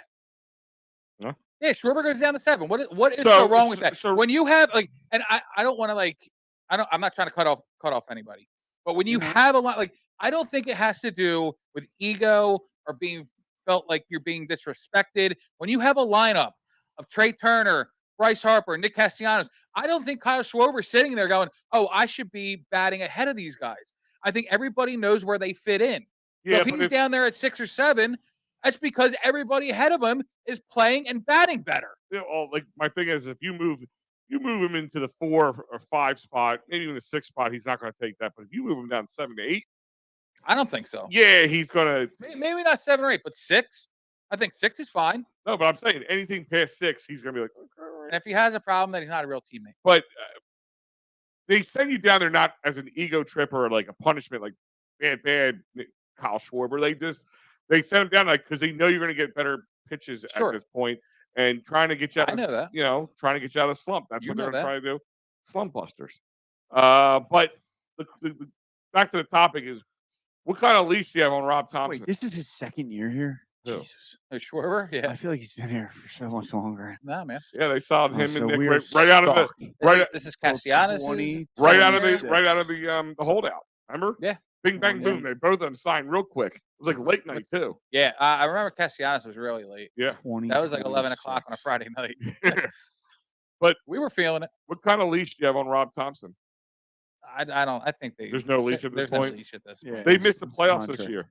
There's still no leash. Yep. Okay. I think you have to look at last year, and maybe I hate to put it this way, but he did go to Game 6 of the World Series. I mean, they're not gonna give him the hook. It might be like the 4 99 months after it. What? It could be the 1993 Phils. Ugh. We hope not. They're a bad team. They made a lot less money, though. And you know what? It's like that team. Like we would look at that team and be like, "There's too much talent on this team for them to be that bad." I know. And now here we You'd are. be like Dalton, Croc, yeah, Deutsche. Lenny. Yeah. Oh, Terry Maholland. But Schwarber would be Pete Incaviglia. Mickey Morandini, our boy. Schwarber would be Inky, and he should be platoon. Same position. and should be platooned, just like they platooned Inky. Funny enough, Incaviglia is one of my favorite players of all time because my mom loved him. All moms So love Pete yeah, Incaviglia. so I have a special spot for Pete Incaviglia. Was it him and Eisenreich? No, Eisenreich Mill was Thompson. Mill Thompson. Yeah. I'm saying the moms loved it was either Darren Dalton or Pete Incaviglia. For whatever reason, my mom was such a Pete Incaviglia fan. And like I'm talking, like my mom's still around. Like it's not like, and it's not one of those things. Like I remember my mom being such a Pete Incaviglia fan. So like that's why I have a special place for him. All right. So we're just hoping June turns all our woes around, right? Yeah. That's pretty much what we're relying on right now. Is the change in the calendar? I mean, it is only 2 months in, and there's still arguably 3 to 4 months. Again, left. they're lucky that we're in the NL versus the AL East. 25 or 30. I mean, think about they're like 4 games out of the wild card. I think really? Yeah. Like, no, it's like we're like right there. Yeah, it's not even that big a deal. Put it this way, Boston. I got June 6th tickets. I'm selling them. Tigers, get somebody else in there. I ain't gonna watch this garbage. Put it this way, Boston is like 2 games above 500, something like that. And they're bottom of their division right now at with like 10 games. Don't the Padres suck right now too? Yeah, the Padres haven't had a great start either. Yeah, but we'll make them look good. If they played us, they'll look real good right now. True. All right, let's. And we're 7.5 back of first too. Let's switch gears to our second most tenured coach, and as Joe or Fred pointed out earlier, that's John Tortorella. He said something that I continue to bring up, and it just stuck with me. I don't know why. Like he's like, I'm here to do a job to clean this team up, but I probably won't be here when they're successful. He said that recently, or in the beginning? He said it early on. It wasn't like in the beginning. It wasn't the way beginning, but it was very close to the beginning. Team's got new life now. I mean, he may be, That's the worst. Oh, yeah, and they got a new general manager now. Yeah. He probably knew that Chuck Fletcher has no idea what he's doing here, and he'll probably fire him. Yeah. I mean, in the intro, then Fletcher got fired. He's like, oh, maybe I will be around. Yeah, in the intro, of Torts talking about Danny Briere and Jonesy, both of them sitting right on the side. He went out there and he went to bat for them. He was like, I don't get this whole, they're ex-Flyers, so why would we bring them in here? Like, he was like, these are my guys. Because I'm going to be with them. We're all going to work together. And I was like, wow, sign of unity. I love it. Badge of honor. That was one of the best press conferences I've heard from the Flyers. And maybe I got like the nostalgia of Keith Jones and Briere, is what's feeding me.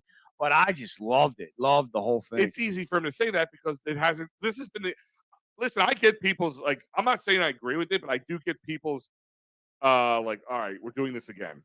Like literally, you're signing 2 ex-players to take on the job. Mm-hmm. And I get that. I mean, at least with Hextall, he won something out in LA. Right. Yeah, but isn't the 70s players?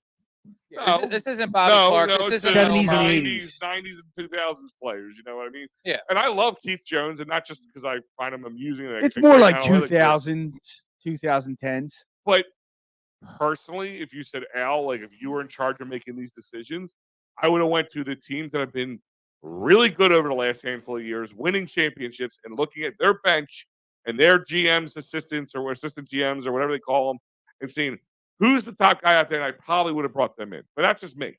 But you have to remember, Danny was already with the organization when Fletcher was here. They were grooming him. Right, exactly. So they didn't have to go out and scout these other teams and their, potential GMs. And they did anyway. Right, yeah. I'm sure they do. Pronger was in the running, Mellingby. Right, yeah. But what did they do? Ironically, what do you think they made them go? I hated Scott Mellingby. I want Briere. What made also an 8th seed. Yeah, both 8th seeds in the playoffs right now going to the finals are from South Florida and 8th seeds. Dallas is going to be excited. They might win something. Good. But my thing is, what do you think Briere did to make them go? No, Dallas is out.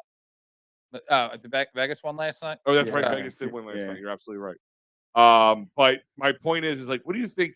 What do you think Danny Briere did to make them go? We want you.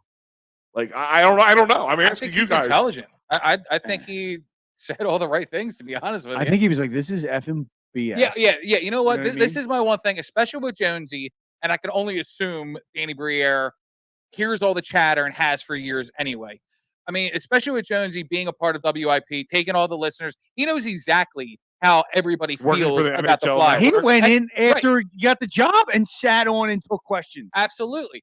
And he was a part of a radio station who never talk to Flyers because he knows that they are not at the pulse of anything right now. And It was don't a forget the NHL dying network. organization.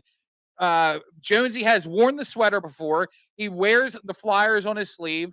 He knows what this team needs, especially not only because of the Philadelphia media, him being on the radio every morning with Angelo on the top rated sports talk in any of the area. That's what I'm talking about. Yeah. He also drove up to New York every single day, and he was an analyst for the NHL network. He's seen all these guys. He's worked and analyzed all these guys. He knows the stats. He knows the numbers. He knows his own IQ. He's smart. He's very smart. He's very hockey smart. Not to cut you off, just to go ahead. Like agree with your point, and then because it'll fit in. Morgani, they interviewed him about it, and he said he can't tell how many games that they've done together that the opposing team's general manager or coach comes down and just starts asking questions about certain players, and then a week later the trade would happen, and it was based on what Jonesy had said to them about said player. But go. I think some people's reticence with Jonesy is because of he's a silly, funny guy. Sure. And people take that as not a good thing. But he also comes off as like, I don't want to F with this guy. Like he's take no shit. Well, he would constantly on the morning show talk about how he would start shit and let the other guys play his play. But it was kind of more like a joking thing. I'm not worried about that. If he wants to be a lovable character, but as long as he's we don't know what Chuck Fletcher's like. Maybe he was a prankster for all I know. But I'm just saying, I don't know what that's like. But I do like the Jonesy thing. I see that more based on, yes, his critiques. You hear him talk about during the game, talk about it post-game, and he's pretty spot on. I see him getting that job. I just wasn't sure about the Danny Briere thing. And it's not anything against Danny Briere. It's just I just didn't know what they saw in him because I didn't know anything about what he was doing. He didn't GM or assistant GM anywhere else. I mean, he did it a little in Buffalo, didn't he? Did something there. To do with it, I think he went in and was like, look at this. This is a joke. Chris Therien tweets all day long about how much of a joke this is. He's like, I'm under this guy.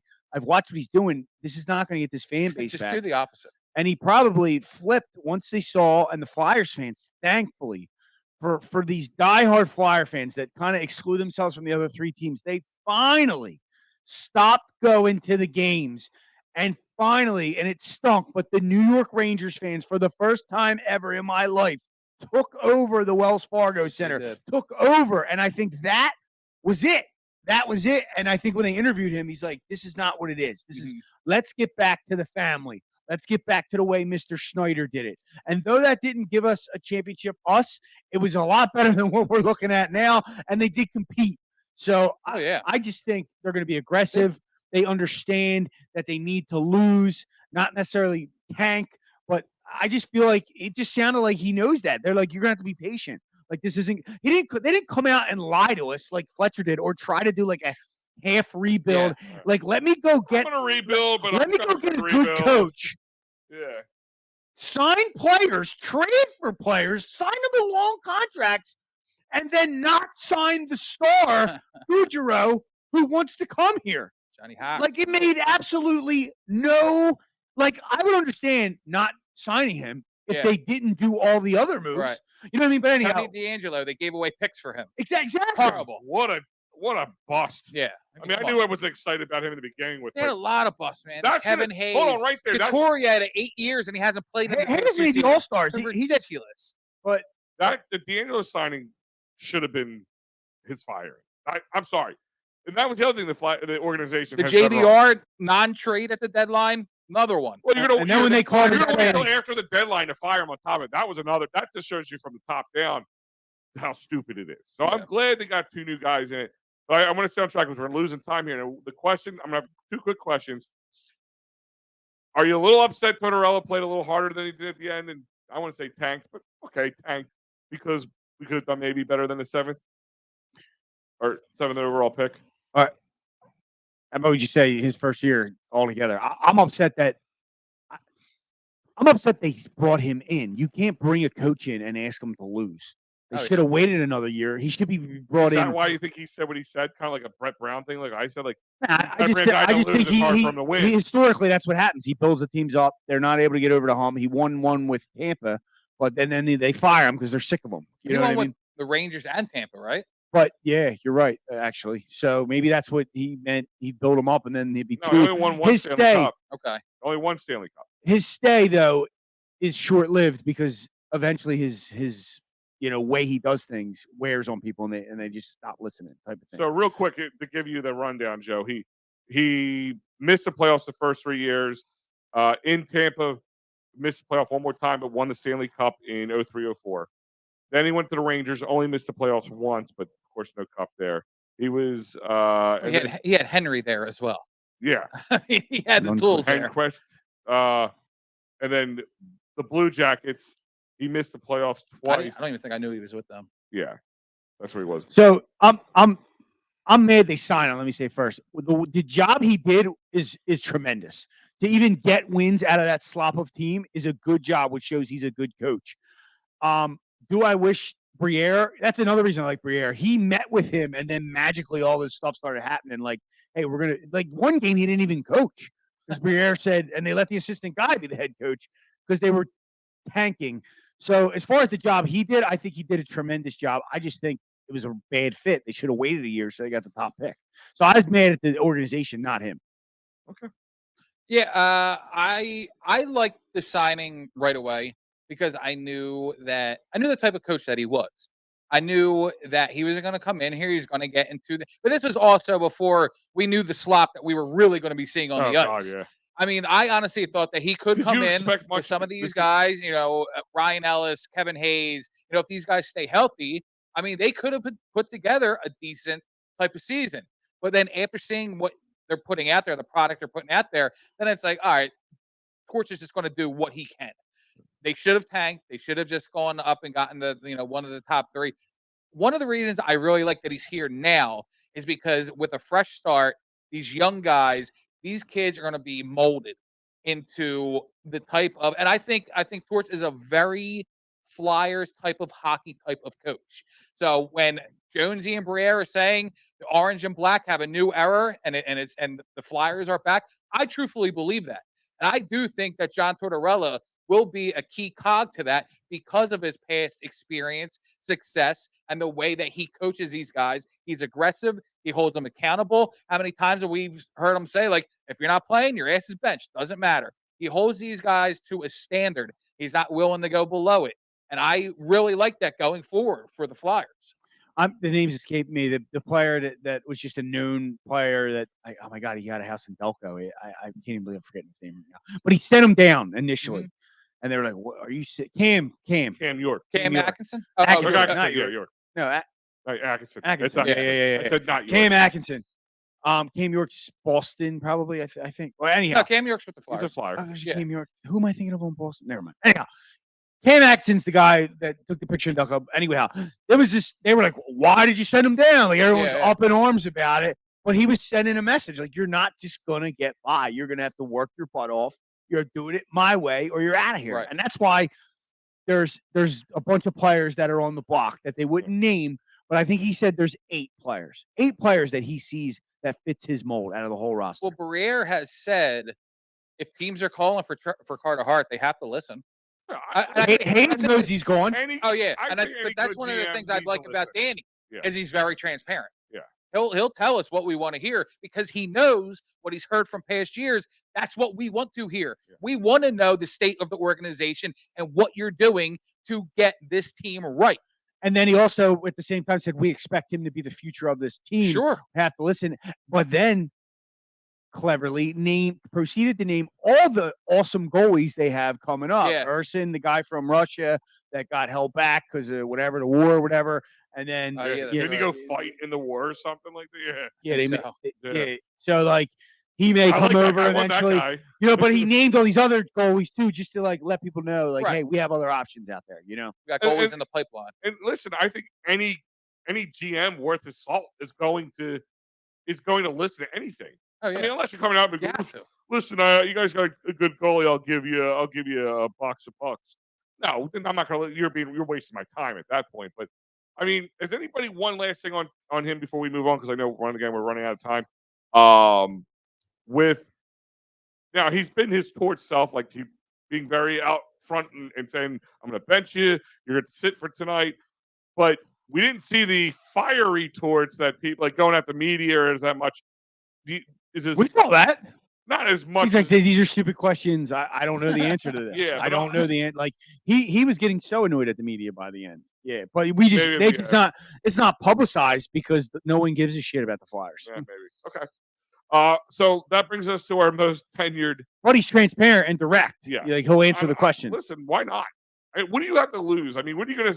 I mean, you can't sit there and say like if somebody sucks, they all know they suck. They suck. They know you sucked.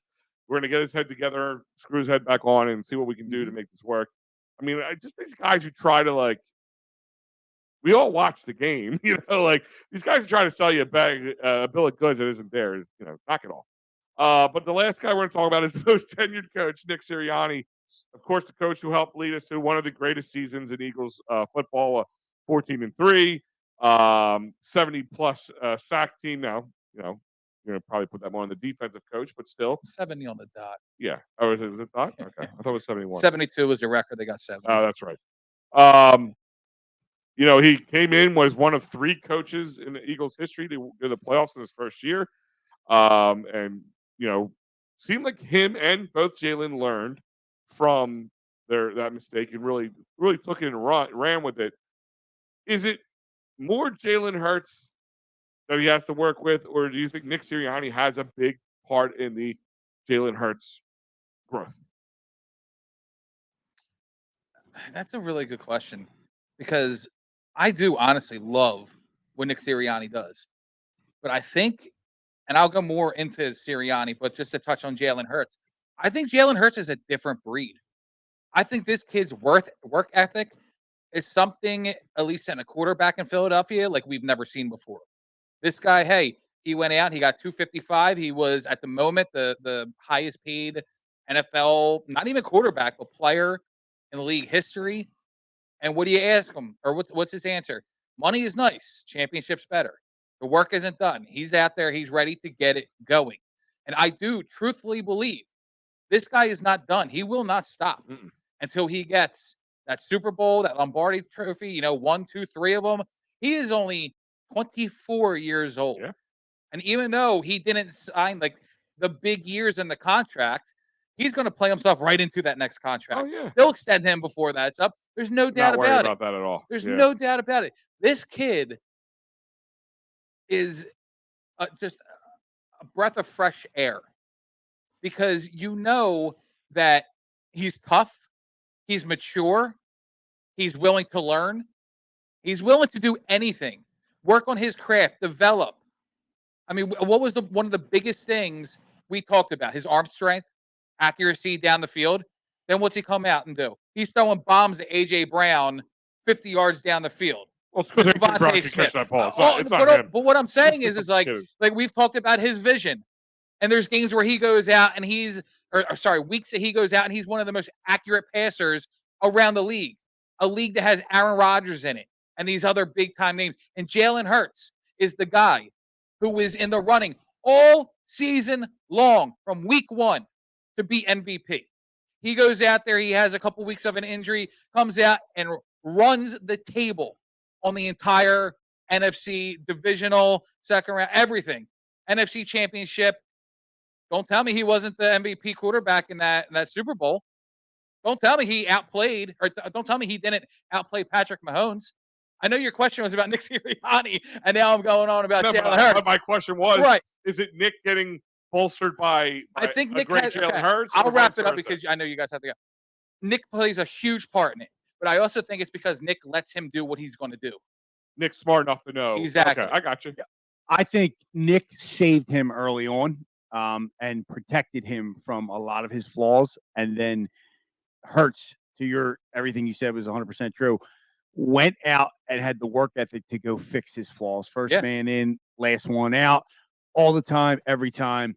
And, so I think it's equal. But I would also say it's likely no matter who the coach was, he would put the work in. Now, I think he saved him. Like when Sirianni's a passing coach, when he changed the offense to complete running that first year, that was to help Jalen Hurts. Yeah. And they weren't going to be able to win with him throwing. 100%. And I think that was big in the development because that's what you do with young quarterbacks. You run the football, let them get comfortable and see the game.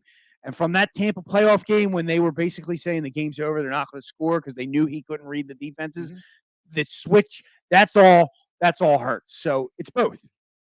Okay. I mean, I agree probably with the more it's both, but I mean, definitely having a stud quarterback can make a good coach look great. I mean, let's just be honest, call for what it is. And a lot of people were, on him early on because of his interviews weren't great. I mean, whatever. And some of the, things. He's very laid back. He's very chill. He doesn't want to, He's a talker. I mean, if you listen to anything, like he's the kind of guy. If you ask him, what color is a wall, he'll explain to you not where that wall came from, but the types of yellows that are out there and why it is yellow. But he's a lot smarter. And kudos to Howie and Jeff, whoever first came up with it, to look at him because he wasn't even a guy that was on anybody's radar. Again, Doug Peterson type thing. Nobody was even thinking about Doug Peterson when that happened, and they brought him in. So it is pretty remarkable in that sense. So I mean, the question is, in Nick Sirianni, do you trust Joe? Yeah. Right. I'm gonna get his name tattooed right there. All right, Fred. Nick. I think that you of course. I mean, how can you not? Like, look what he did. But I think the better question is how you preface it. Like, where were we when you sent in the text? Like, where were we day one and where are we now? Yeah. Because day one, I'm pretty sure we all said give him a chance, but we did laugh at that press conference. But we sympathize. I think if we go back and listen, I think we all weren't as bad as everyone else. Like, listen, the guy was nervous. This is his first time. Hopefully, he doesn't buckle under pressure. But that was that first press conference was god awful. Oh, he was rambling, and it seemed like he had no plan. And stuff. No, that was a different one. That was a different one. He's talking about his initial. He was talking about like the tape, and he was just a lot of energy. But you could tell he cared. There was the basketball. There was the Rochambeau. He had a number of things out there. He hung up that basketball hoop hung up in they do that. I know. Thing. Like, and he's like the draft process. Yeah. He goes down and he plays basketball with them. He's unconventional, but it's working. Yeah. So how do you not trust in him at this point? He hasn't showed you anything otherwise not to believe in him. And kind of what you said with Jalen Hurts. I mean, guys, just take it in for a second. I mean, we've had some stud quarterbacks here, Donovan McNabb, even Carson for a year or two there, Michael Vick.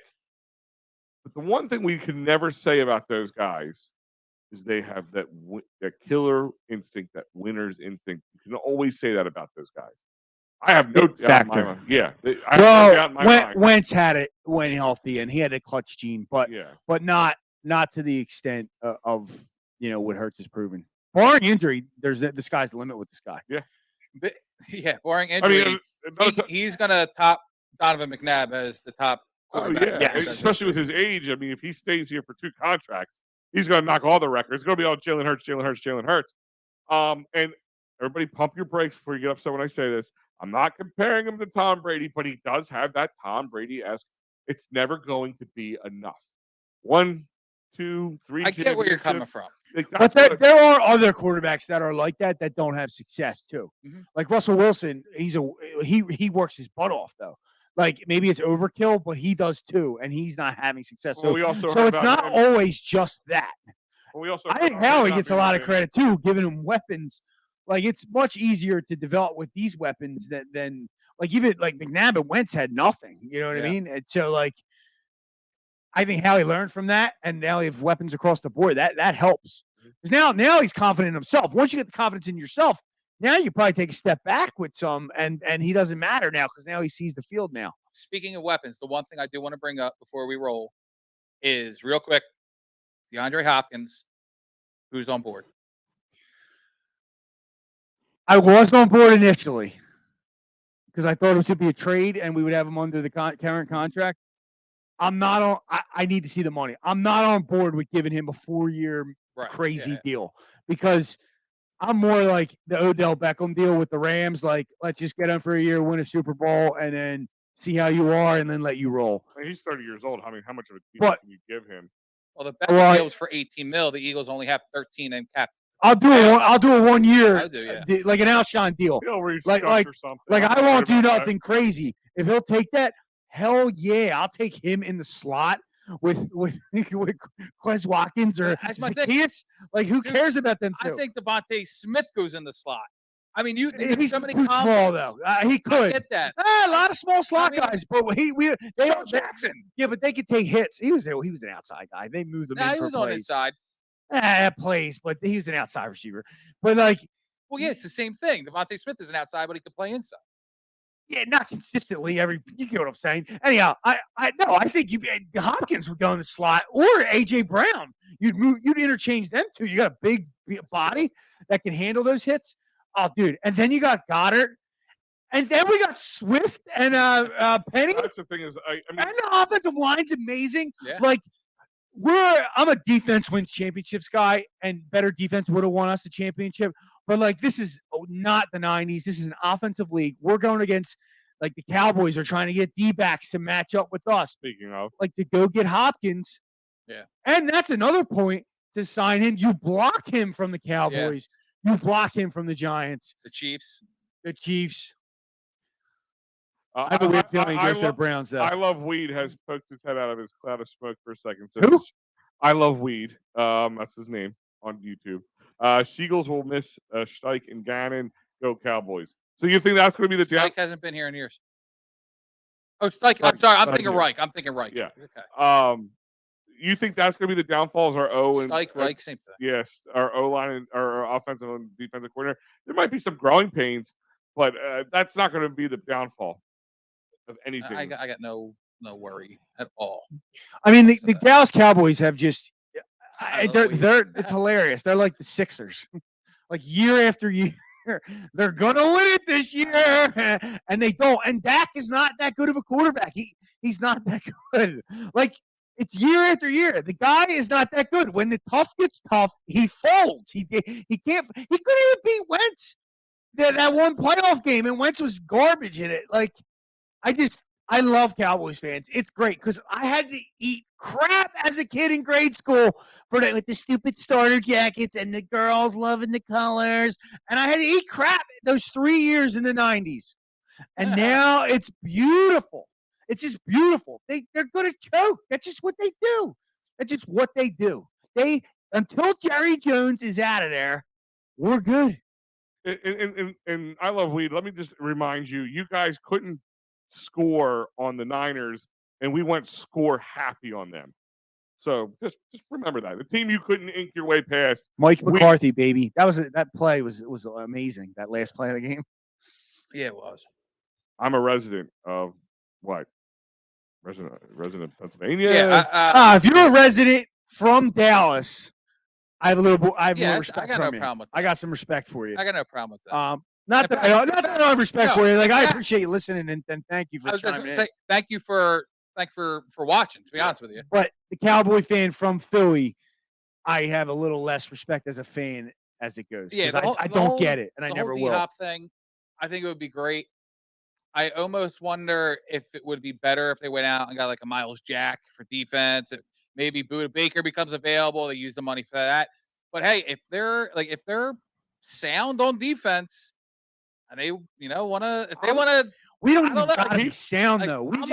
We just gotta be. I honestly think the Chiefs didn't have a great day. We just gotta be decent enough and win playoff games, and make turnovers. I think Sean Desai is going to be doing a lot better job than people. I do too. I think he's going to be. I think people are just kind of looking past it because we lost Reddick and Nolan Smith. Jesus Christ. I love Seahawks guys. People think the Seahawks. The way Pete Carroll continues to make them a winner. Yeah. Like, they made the playoffs this year, and they lost Russell Wilson. I love how when Nolan Smith gets drafted, he calls up Desai and says, "Can I get that playbook?" Yeah, that's right. Like, now, I want it now. Like, I just got drafted. I'm ready to read. I'm ready to thumb up on this. So. And he's got Temple ties. He knows the city. Oh yeah, that's right.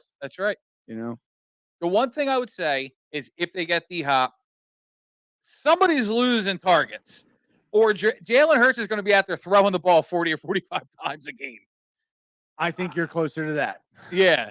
I mean, of Edge of Philly Sports, laugh out loud. Okay, he's a resident. I guess he subscribes. Okay, we'll take that. Thank you. Thank you for the support. The Sheagles thing. That's all right.